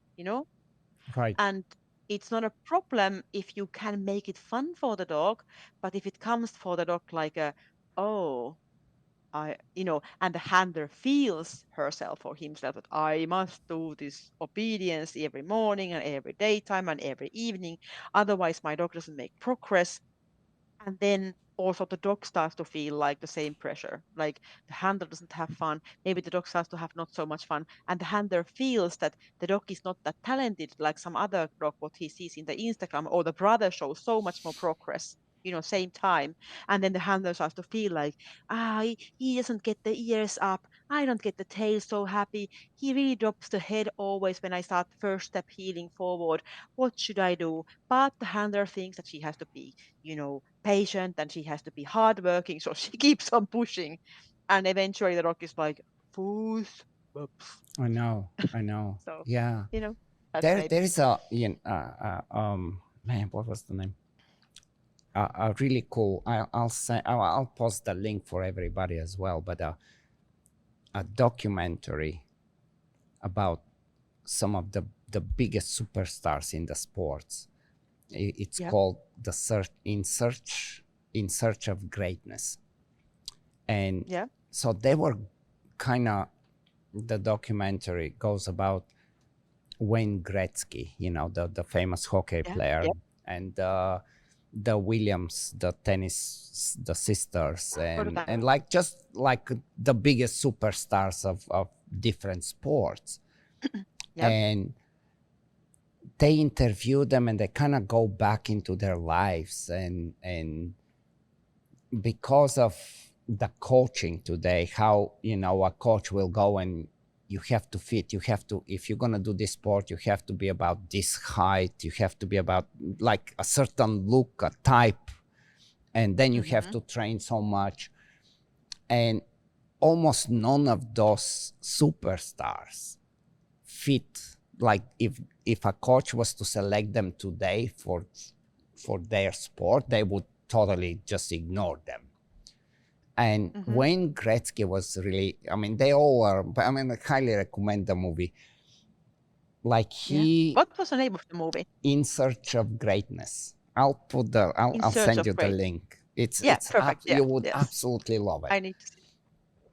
Yeah. So he's like, okay, it was winter time, so we play hockey. There is nothing else to do. The Yeah. lakes are frozen, we play hockey. Then spring comes, we play basketball, we climb trees, we're kids, we do, like we do things. So they had the freedom to Yeah. explore and just kind of get better in many different areas instead of this narrow-minded hockey only, Only right? the one sport. Right. Yeah.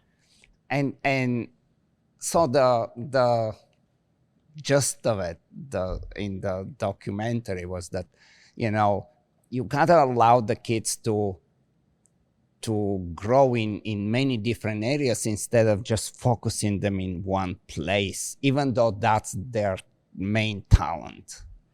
Very cool Mm-hmm. movie, which kind of goes what we're talking about. Yeah. Yeah. Yeah.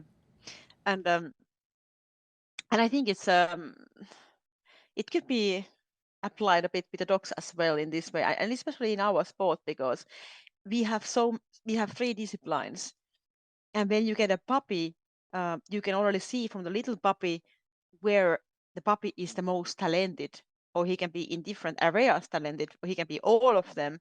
But then when we see that there is some part where he's a bit having like some struggles, or maybe or at least we have to wait or give more time or do some other things. So the good trainer, the good coach in this case, who wants to raise a super dog star, should kind of see it that this puppy needs now just playing, and I'm gonna make him great in that way, or this pup needs more this, and give it different experiences. And now I just teach with the food, I do like another kind of games but he enjoys, but I don't go forward, for example, in the healing or something, Right. or I don't go forward in that or something. So of course, we have also some dogs that are not talented for any one of those, and they are just not the sport dogs, right?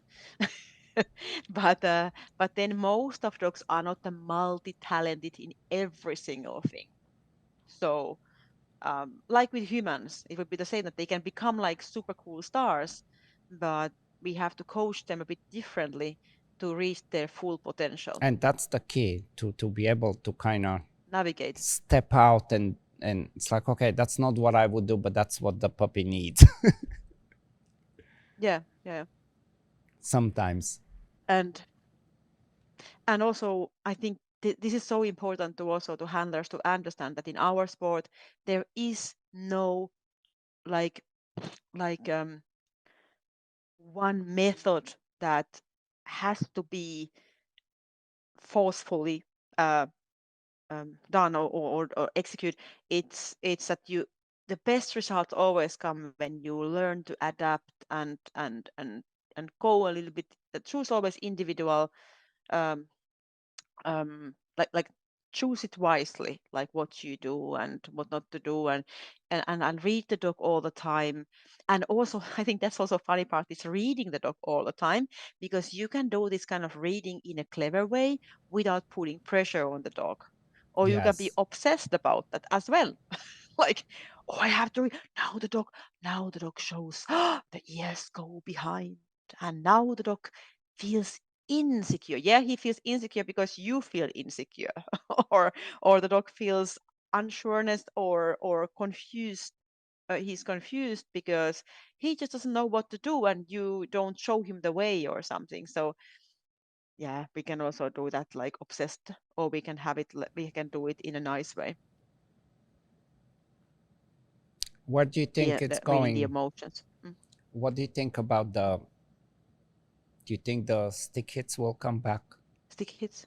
in protection? Do you think it was a good thing anyway to take them out? Yeah, was a good thing. Like I mean, 2 years ago they decided, okay, we're not gonna do the stick hit in protection. Yeah. Do you think that was a good It, idea? What do you think? no, it was not. It was such a stupid idea, but it's a little bit the same. Like we have this. I'm most afraid of the same happens with the stick hits that happens with airplanes, that they make new weird restrictions that you cannot fly with dogs, and they just kind of like to keep it on that way. So Mm, you kind of don't get back for the old ones. But no, I think it was stupid because first of all, it's like martial arts and it's just the dogs who enjoy the fight.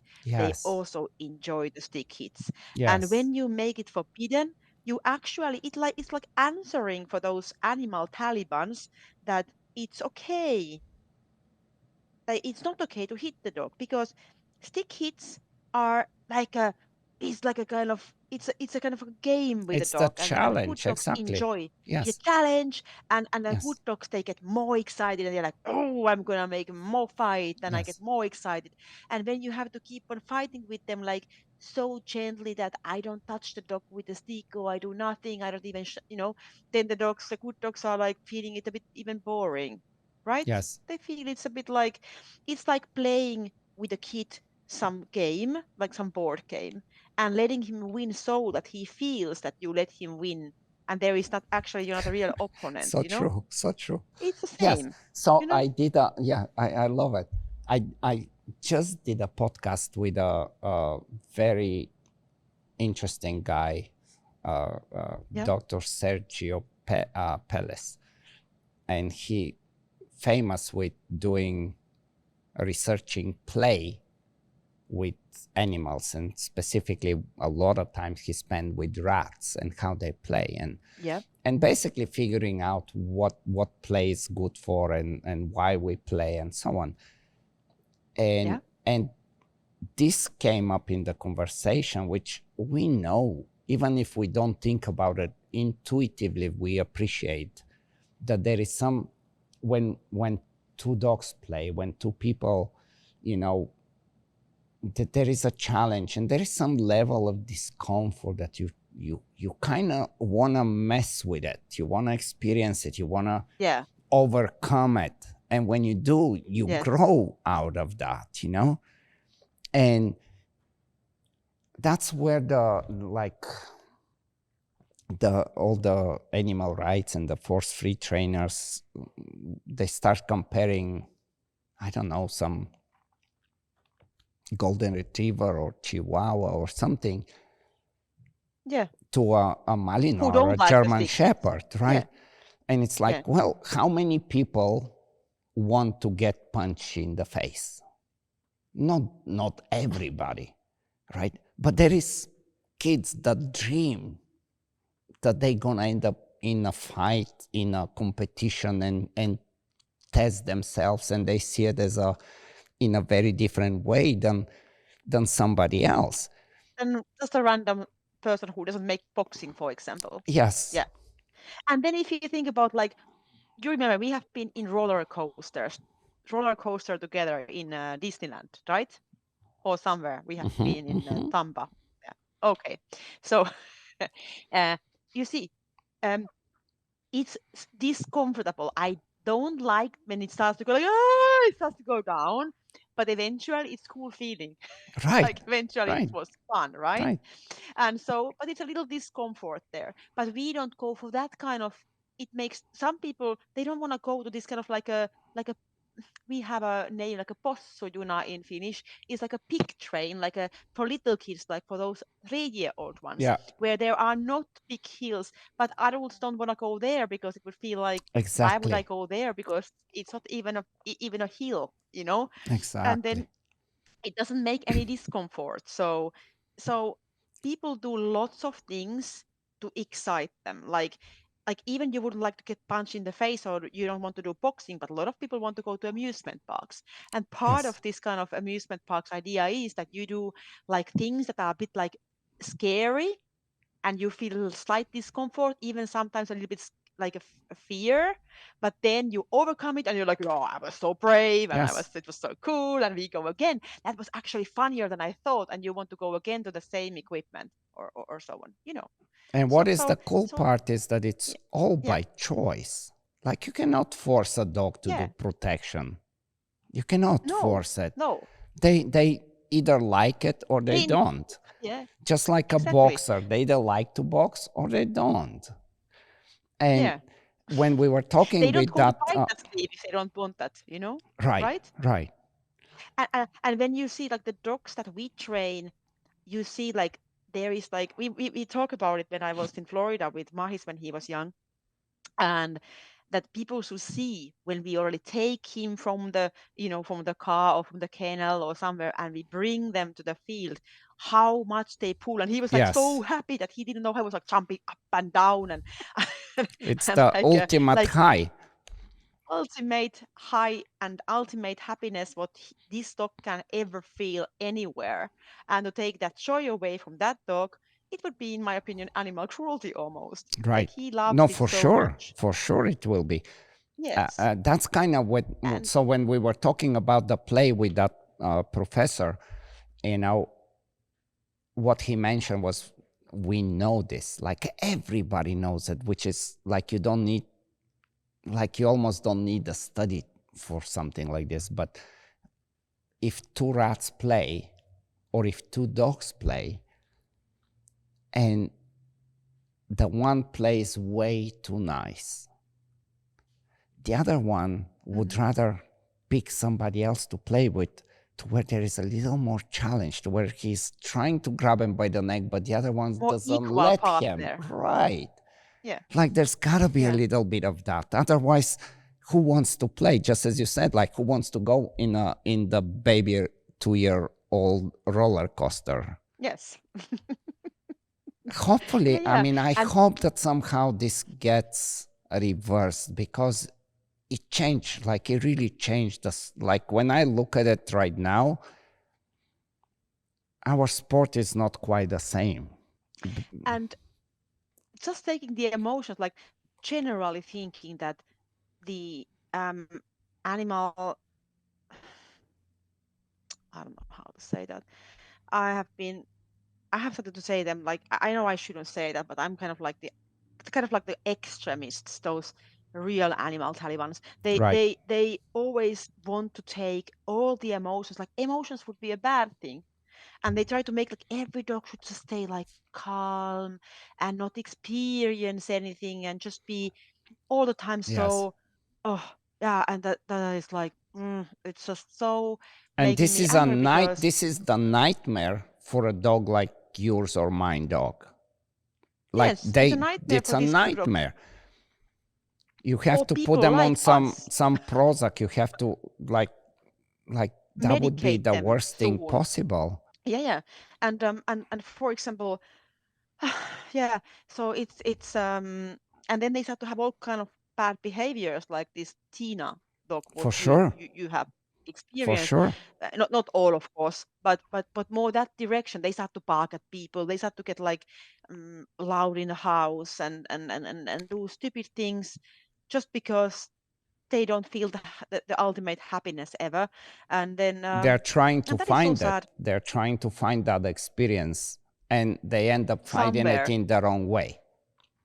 It's like with people. I mean, if you don't bring those active kids to do, for example, hockey or boxing or whatever like sport where they can feel the excitement and so on, they also end up to the streets Yeah. and do stupid things. They end Yeah. up finding their dopamines from drugs or something like that because that that's gonna be then, or doing some criminal actions or something. And we also have people, we always have to remember, we have people who are perfectly happy just drawing nicely and painting some books, Yes. for 3 hours in a row. And then we have also, and as an adults, they also have fun to do things that makes them calm. They like to go to day spas, and they like to do things like that, which, like, I mean, personally, I hate to go spas. I'm like, what I'm doing in the spa? I'm like, it's, for me, it's like, it's Right. not picturing the thing that I enjoy to just lay there in some jacuzzi, you know? No. I think If that's I the even have, if problem, I, right? That's the problem, trying and to put everybody the in the same box same. Yes, it's like, well, and label like the them, like, classic one oh, is like, well, I have 3 dogs and my dogs never chase anything and they don't need whatever.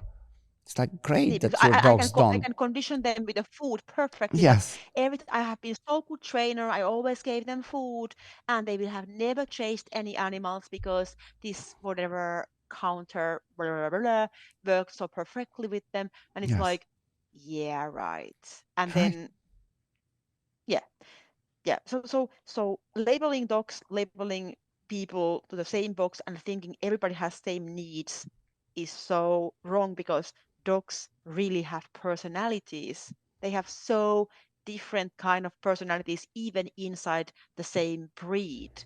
And then we even have so many dog breeds that, as we know, for Chihuahua, it would be animal cruel ever to threaten him with a stick and right, and let him bite right. to the sleeve. Yeah. And everybody knows that. But then we have dogs who really enjoy of that. And Do you think there is a yeah, chance that so we can reverse this or no?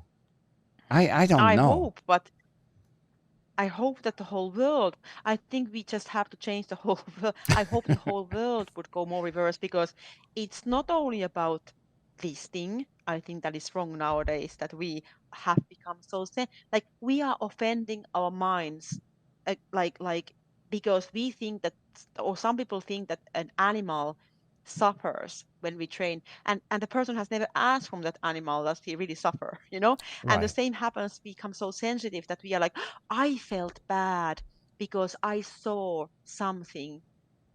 And then, well, it doesn't mean that it was a bad thing because you felt so.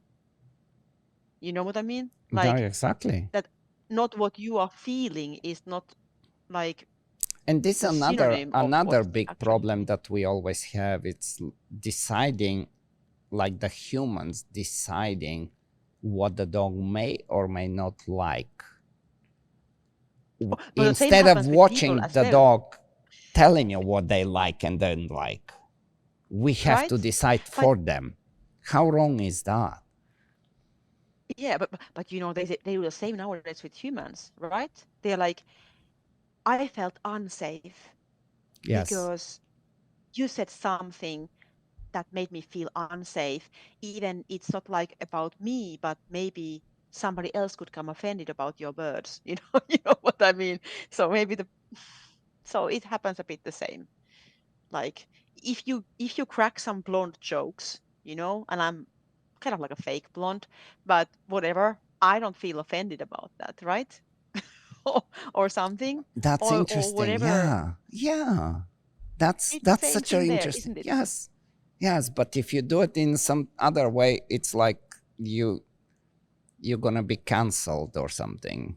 Yes. So we are like canceling people about a lot of things. And I hope that the whole world would go back a little bit for this, that people need resilience.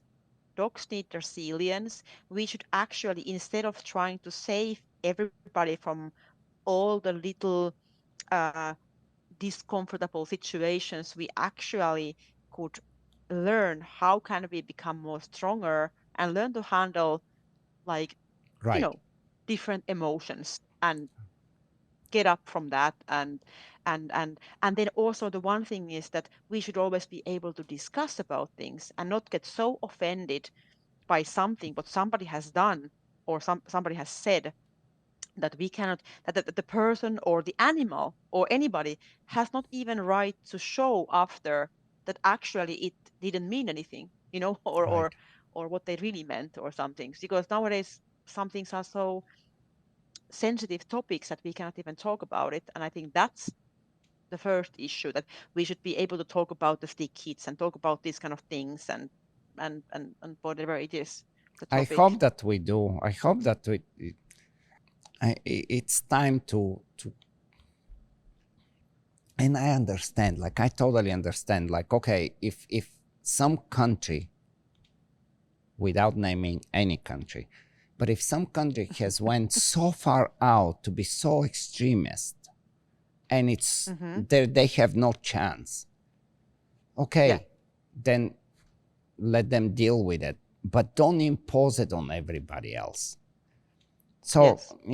like there was no, like, at least from what I understand with the stick hits, and I don't Yeah. know if why probably why I brought it up, but it's always in my mind, because I tell you why, because I just watched the Bundesliga Prüfung, and I'm gonna watch the FCI, and you will, Mm-hmm. and we're watching a different game without that little challenge. We're watching a different game. It's just not the same, and I think that's kind of why it came to my mind to talk about it.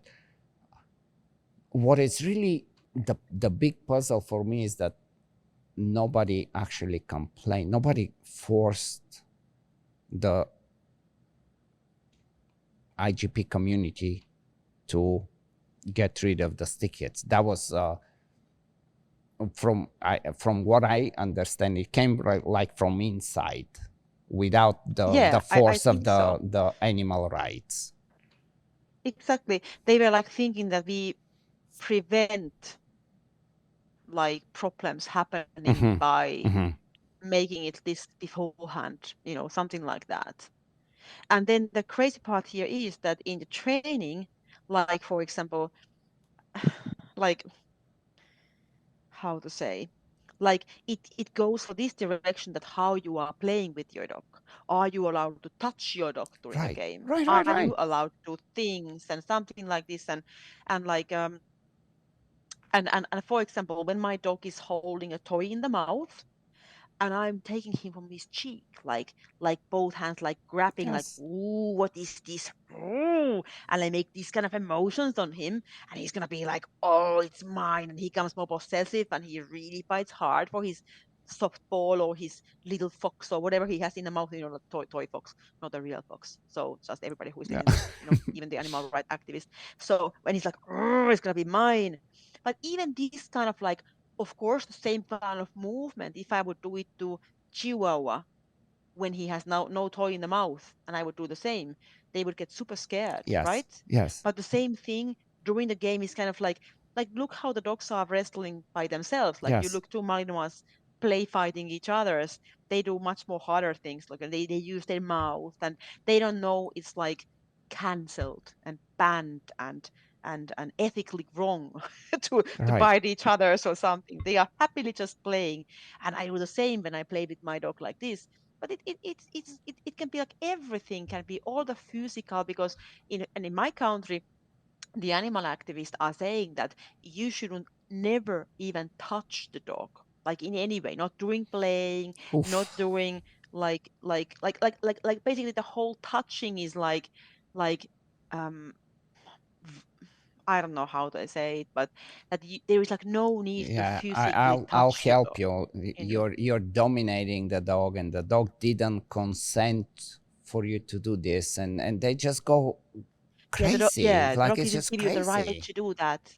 You didn't ask permission from your dog or And something just as you to go to said, his like how you premises. explained with the the dog holding his toy Like, or the dumbbell and you "Woo," and grabbing then I it, release, and we have that's a fun fight again. like we can argue that that's actually what the dog is really waiting for. This is like the ultimate highlight moment. It's like, oh yeah, test me, try me, Yes. let me Now show she you. comes, but I Like let they're me show hoping that her you're that gonna I'm do that, stronger. right? Yes. And when she sees I'm coming, she's like, "Oh, she's gonna Yes, come here." And then I'm like, "Yeah, I wanna have that." Oi, oi, oi, oi. And then he's like, "Yeah, I'm so strong." And the whole game goes like this. And eventually, of course, my dog learns like, so this is the whole how the little puppies I build them up, and then that how they learn to play and fight, and that doesn't make them more aggressive, that doesn't make them anyhow more difficult to control or Right. something. We have very clear communication, they have perfect out. I mean, most of those dogs who are trained, this force free method, and they try to play somehow with their dogs, most of them end up having big conflicts with out, and eventually they cannot even play with their dogs because their dogs aren't let out. Right. That's the typical situation in my country. I see this so much. um, and so because they can never give any feedback for the dog, and And the so owners get yeah, frustrated because they oh, kind of they are absolutely. told, okay, this is wrong. They feel that that's what they should do, and the dog is not, like, clearly not happy of how they interact. And Yeah, I don't know.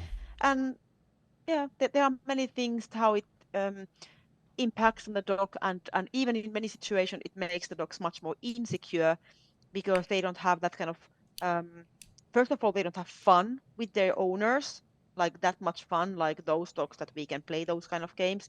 The second thing is that they also never learn to trust anybody because they cannot rely on the person is always a bit insecure, just an observer, and they know that they never like because they can never anyhow control the dog physically either.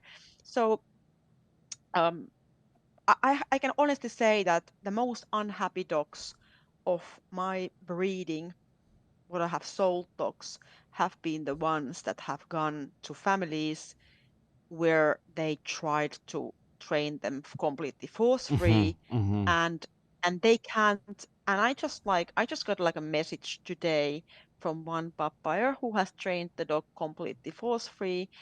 The dog is now, I think, I don't know, 4 or 5 years old, and I think 5 or something, and or 6 even, I don't know. But Sure. and then the dog cannot go to BH. The dog has like a yellow line in on the leash that means that the dog is aggressive to other dogs and people, and you know, but the handler has chosen to train the dog in a certain method, and what can you do? Interesting. There is just like I can't, I don't even try, honestly. I don't even try to help anymore. Like my time went already. Like I can help if the dog was 3 months old, right? Yeah. Yeah. But now we are already in that situation where the only possible way to make the dog under control in all those situations, that would mean already like much more stronger correction, right? Which is not possible to do in my country, Right. right? Right. So I don't, I can't help anymore. And so it's like, yeah, you know, because, we can't use any equipments what you can use. We cannot do this and I tell that. you what, So though, the dog is, even though that we can use them, those hmm animal rights and force-free trainers, they still get very loud and very upset. Um, even the problem would be fixed in right, right, one day right. or a couple of They weeks would or something.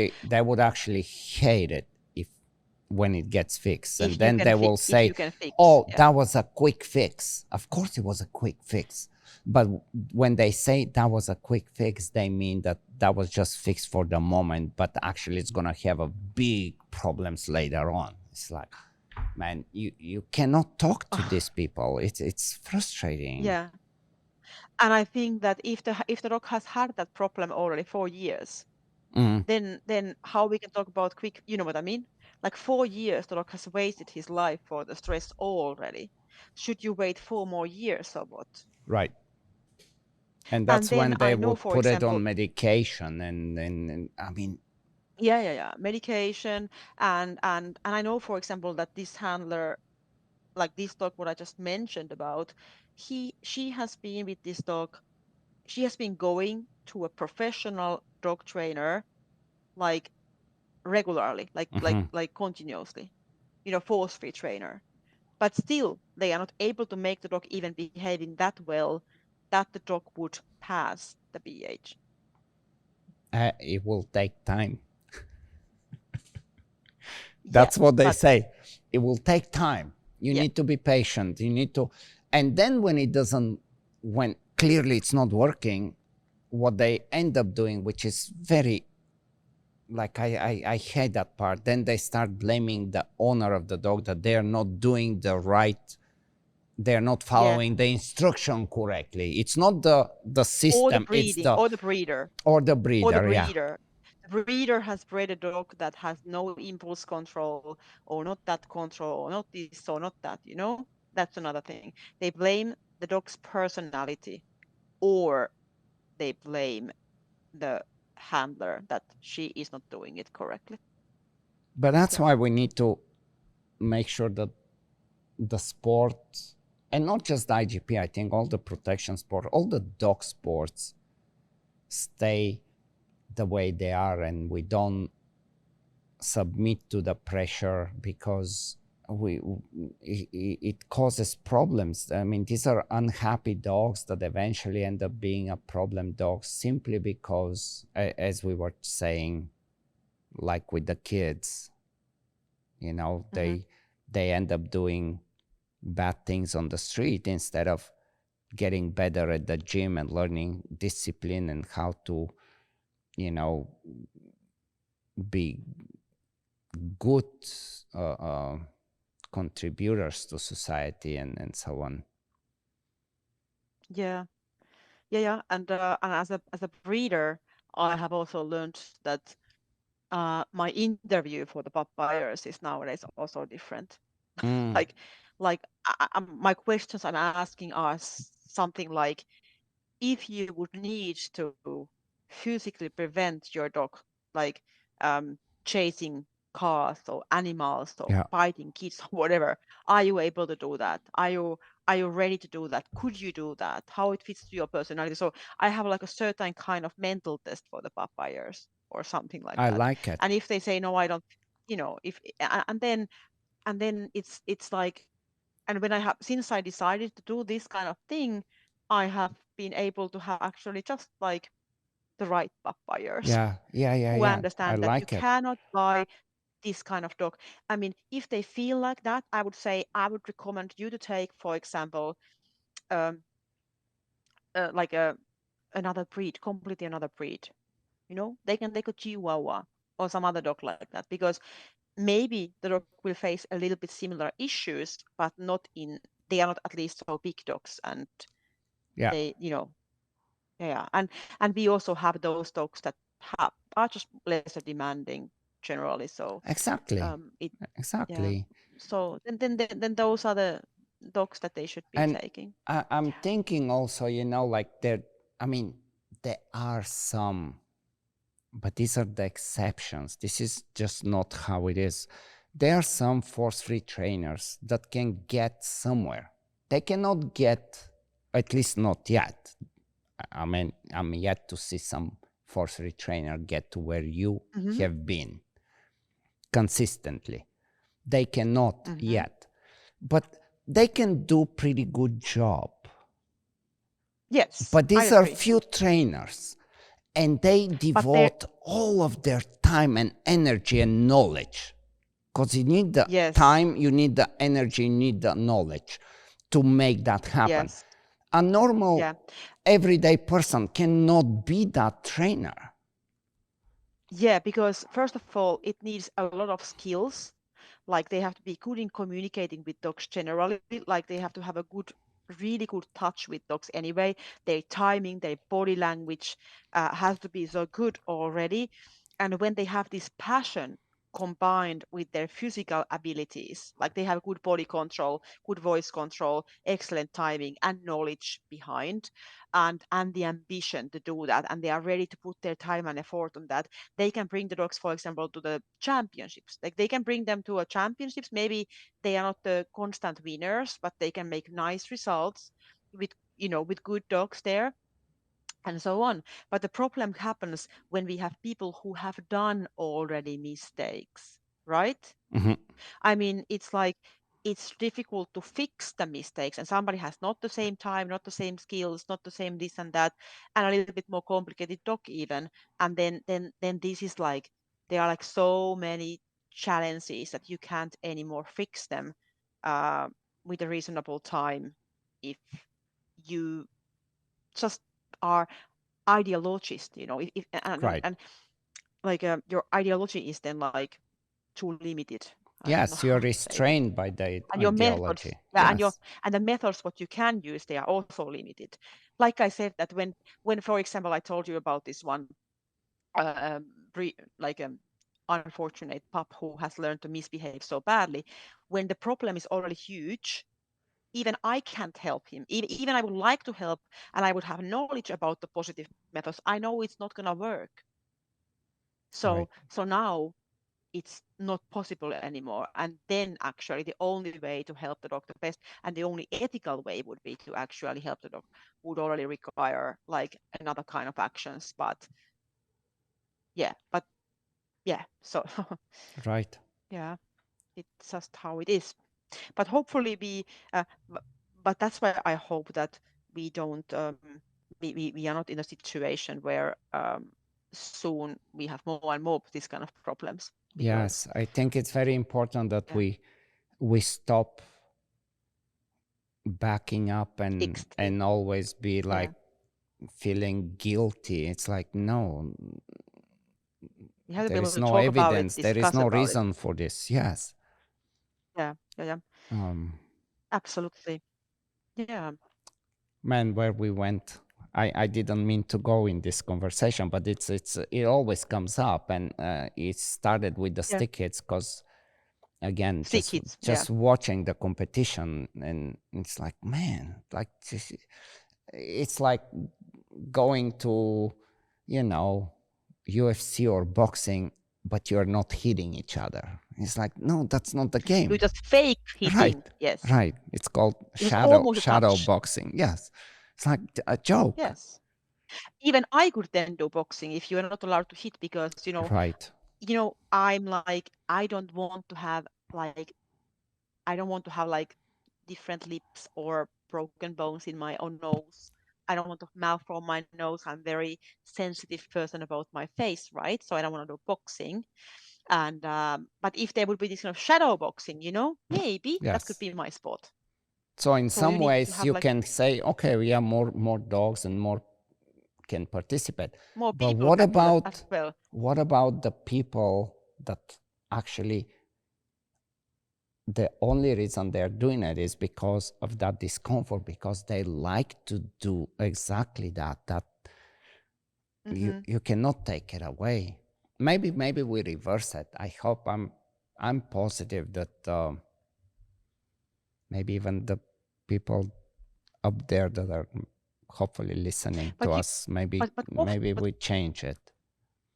but often in the world things happen, like they go a bit one extreme to another, and then eventually it's coming like a little bit Balances it. back when we Yeah. realize that it was like even with children education, it doesn't function on that way, that we just with every single child is educated the same way, and we never use any punishments with them or anything, because you know even that is changing or so. Yeah. So hopefully this changes. Yeah. So Mia, where are you going? What are you doing next? Where is the next travel? Next travel is gonna be in Belgium. Belgium. Cool. So Belgium, yes, in October. So Very that's cool. the next one. And Man, what is your one? I haven't been to Belgium in a while. My next Mm-hmm. one, really, my next one is like all I'm focusing is the nationals. That's like Oh yeah, yes, my like yes, everything is in there right now, because it's just 2 weeks yes, away. yes. Then I'm doing Hong Kong, but that's more of a like a protection dog stuff. And Yeah. I'm plan well, not that it's already organized, a very interesting big event in When do England. you go to Hong Kong? Hong Kong is like 2 days after, so like the middle of October. Okay. Going there Yes. for 2 weeks. I have quite a few clients with the protection dogs there, and you know, periodically I gotta go and check on this. Yeah, I understand. But Yes. January, it's like gonna make a really big event in England. Yeah. 3 So, days, just kind of talking about stuff that we talked a little bit about, and try to bring yeah. common sense back in dog training and what dog training is about. And so I'm Excellent. already preparing for this one. And Yes. we had the study out. You heard about it.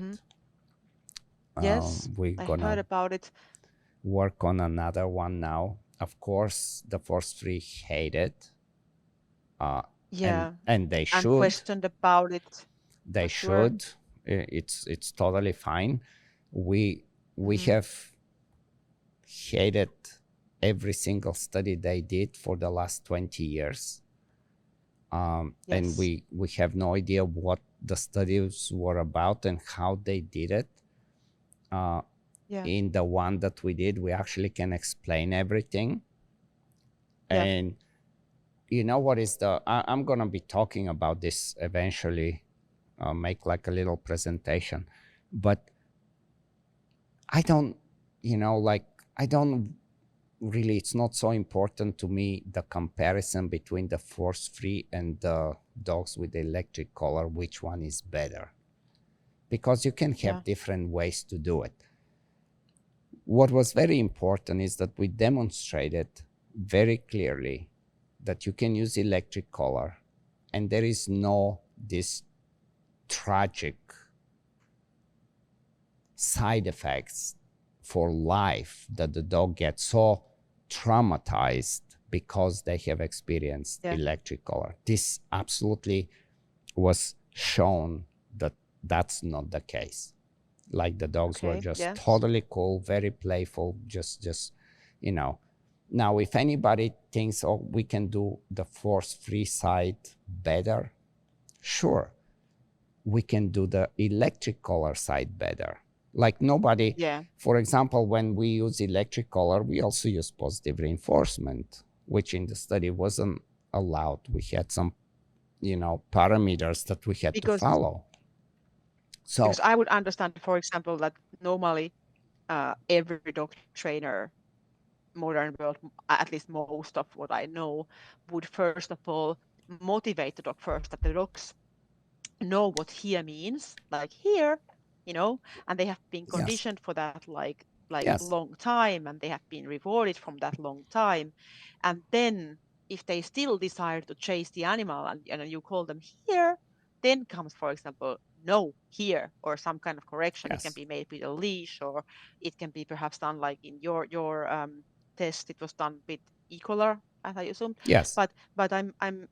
But anyway, and then when the dog would then react on and be stopped from that, then they would be praised and rewarded from that. Like, for example, like I do like this personally with my dogs without e-collar for sure, because I do it for the puppies, and in my country we cannot have the e-collars. But the same idea, I condition my dog first, like with a here, and then my dogs are on the leash, and when they first time then don't react on me, I correct them with a leash and make them sure that, hey, you can't do that. And then before they even have chance to start to chase something, so basically like my dogs have learned it already on that way. But nevertheless, I think that if they are like judging that, oh, it should have been done better with a positive group, but as well it could have been done also in both ways better, like you mentioned, not only like. And that was the idea. The idea was to show that dogs don't get like lifelong stress or any seriously negative side effects after getting correction from e-collar. Yes, And it was highly I'm very curious effective, about your. and we can do it in a very, timely manner, and it was without the negative side effects that every single study loves to say that there are. um, Hmm. and as you said, we did it in a way that that's not exactly how a trainer would do it. So um, but it's okay for them to be upset. Some of them, Yeah. they like, I know that some of them, they will never change. Like you can really try to tell them that the earth goes around the sun, and you can show Yeah. all the proof you want to, and they will not But they accept decide it. to It's believe okay. otherwise. And Yes. those people, like we cannot deal with that. But little by little, I think we're starting to stand our ground, and to say, like, no, you cannot bullshit us. Like everything that you're saying in a study, we're not seeing it. We're the people that train dogs every day, and we're not seeing what you have seen, and you're trying to convince us. Now, Yes. that's not to say, like, of course there is people that are just bad people that do bad things to animals, but they don't need any kind of equipment to do bad things, right? No, no, So absolutely not. Mm. And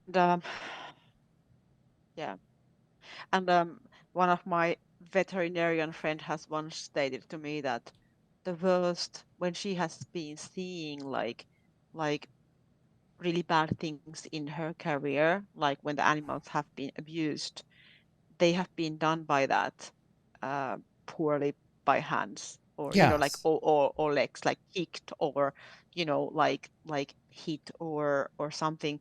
So they haven't been actually done with any dog training equipments, like not with collars or not with something like that. So those situations where they have to, for example, put the dog down or put an animal down because it was so badly um, how you say, violently abuse, treated, yeah, yeah, so abused, so some kind of yeah.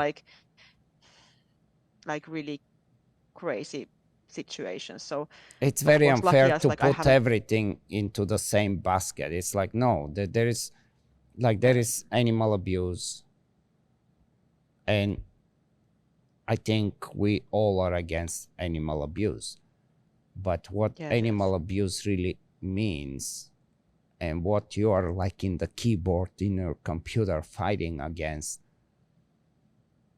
um, Like even like with humans, when we think about like home violence or anything, I mean, people can be so badly violated by either mental violence, but even if you think about physical violence, I guess in most of cases it's not like done with some special equipment that should be abandoned. right. It has been done by you know bare hands basically, Yeah, or it's very whatever physical. equipment what was available at the certain moment when the person was losing his self-control and getting aggressive.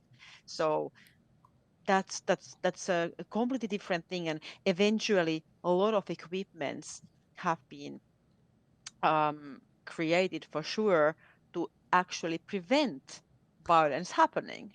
That you Right. don't have to do that. You don't have to prevent the dog violently, like you know, chasing an animal, like really like pulling, like letting him run like 10 meter and then stop him with a uh, with a rope or something that the dog goes circle around himself or whatsoever. When you can do it also like more clever way, or Yeah. this is like a bad Yeah. example, but No, no, but that's kind of that way. But of course, like in my country we cannot even talk about e-collars, so we are like cancelled about that. We are forced to not to do that. In my country we have to kind of everybody agree that, for example, e-collar is in every single situation a horrible equipment and you cannot use that. And that is already like I think something that it forces, for example, me that I cannot openly even consider about, like even right. talk about you or asking about your opinion about it or something, because it's like I'm basically forced to not to even talk about that. And I think it's even like kind of like crazy that we cannot even talk about it because we can talk about like guns, but we cannot talk about e-collar. Yeah, And strange. you see my point. Like, Yeah. but in my country, it's like maybe people who don't train dogs, maybe they could talk about it. But if you are a dog trainer, it's like, even I mentioned it right now here, and even I mentioned that I can talk about it, they would just record this part of our Yes. conversation, Yes. and they would use this against me, and they will do probably one day, because that's their goal, to show that if I even talk about it, I must be a bad person. So it has come for that far here. And so I hope that in your country you can keep on discussing about different options, because in I some think situations it can be useful, I think perhaps. we were fortunate enough to learn from what happened in Europe, and and also having the internet, comparing to what it was 10 years ago. Right now, we can Learn so quickly say, what's no, happening and listen, follow. I also can tell you that something is not right. You cannot just kind of go silently into the government and pass some law without nobody knowing. It cannot happen anymore. We are ready for this, and we also have something to say about. They tried to do this in San Francisco. It was a year ago. They called it Shock-Free San Francisco. And somehow they thought that they're going to sneak in and pass a legislation, a law that they will ban in the electric collar. And then all the trainers learned about it, and we went, and there was a hearing, and, we stand up, and all of a sudden, the people that were supposed to, make this law, they realized that there is a lot of dog trainers that have a different opinion, that not everybody agrees on that. And then they were like, oh, hold on. We're not ready to do this. That's not like what you're presenting. That's not the whole dog training community doesn't accept that. And so I don't know. We're in a good place, and I am actually hoping that eventually we can start to kind of reverse things even further back in Europe, to where, to some extent, because it doesn't make sense. Like, nothing makes sense. I don't know. We'll see. And we also know that, we have had laws, let's say, we have had laws in Finland when alcohol was forbidden, right? And in Europe. Like when it was considered like that. You see my point? Like, we have had all kinds of laws, so nothing what is now solid, it doesn't mean it has to be 5 years later, or 10 years later, or 15 years later. So things can change, and we have had a lot of laws that we thought that it would never change, but actually it has changed. So I like that. Yeah. Let's stay optimistic. We have to.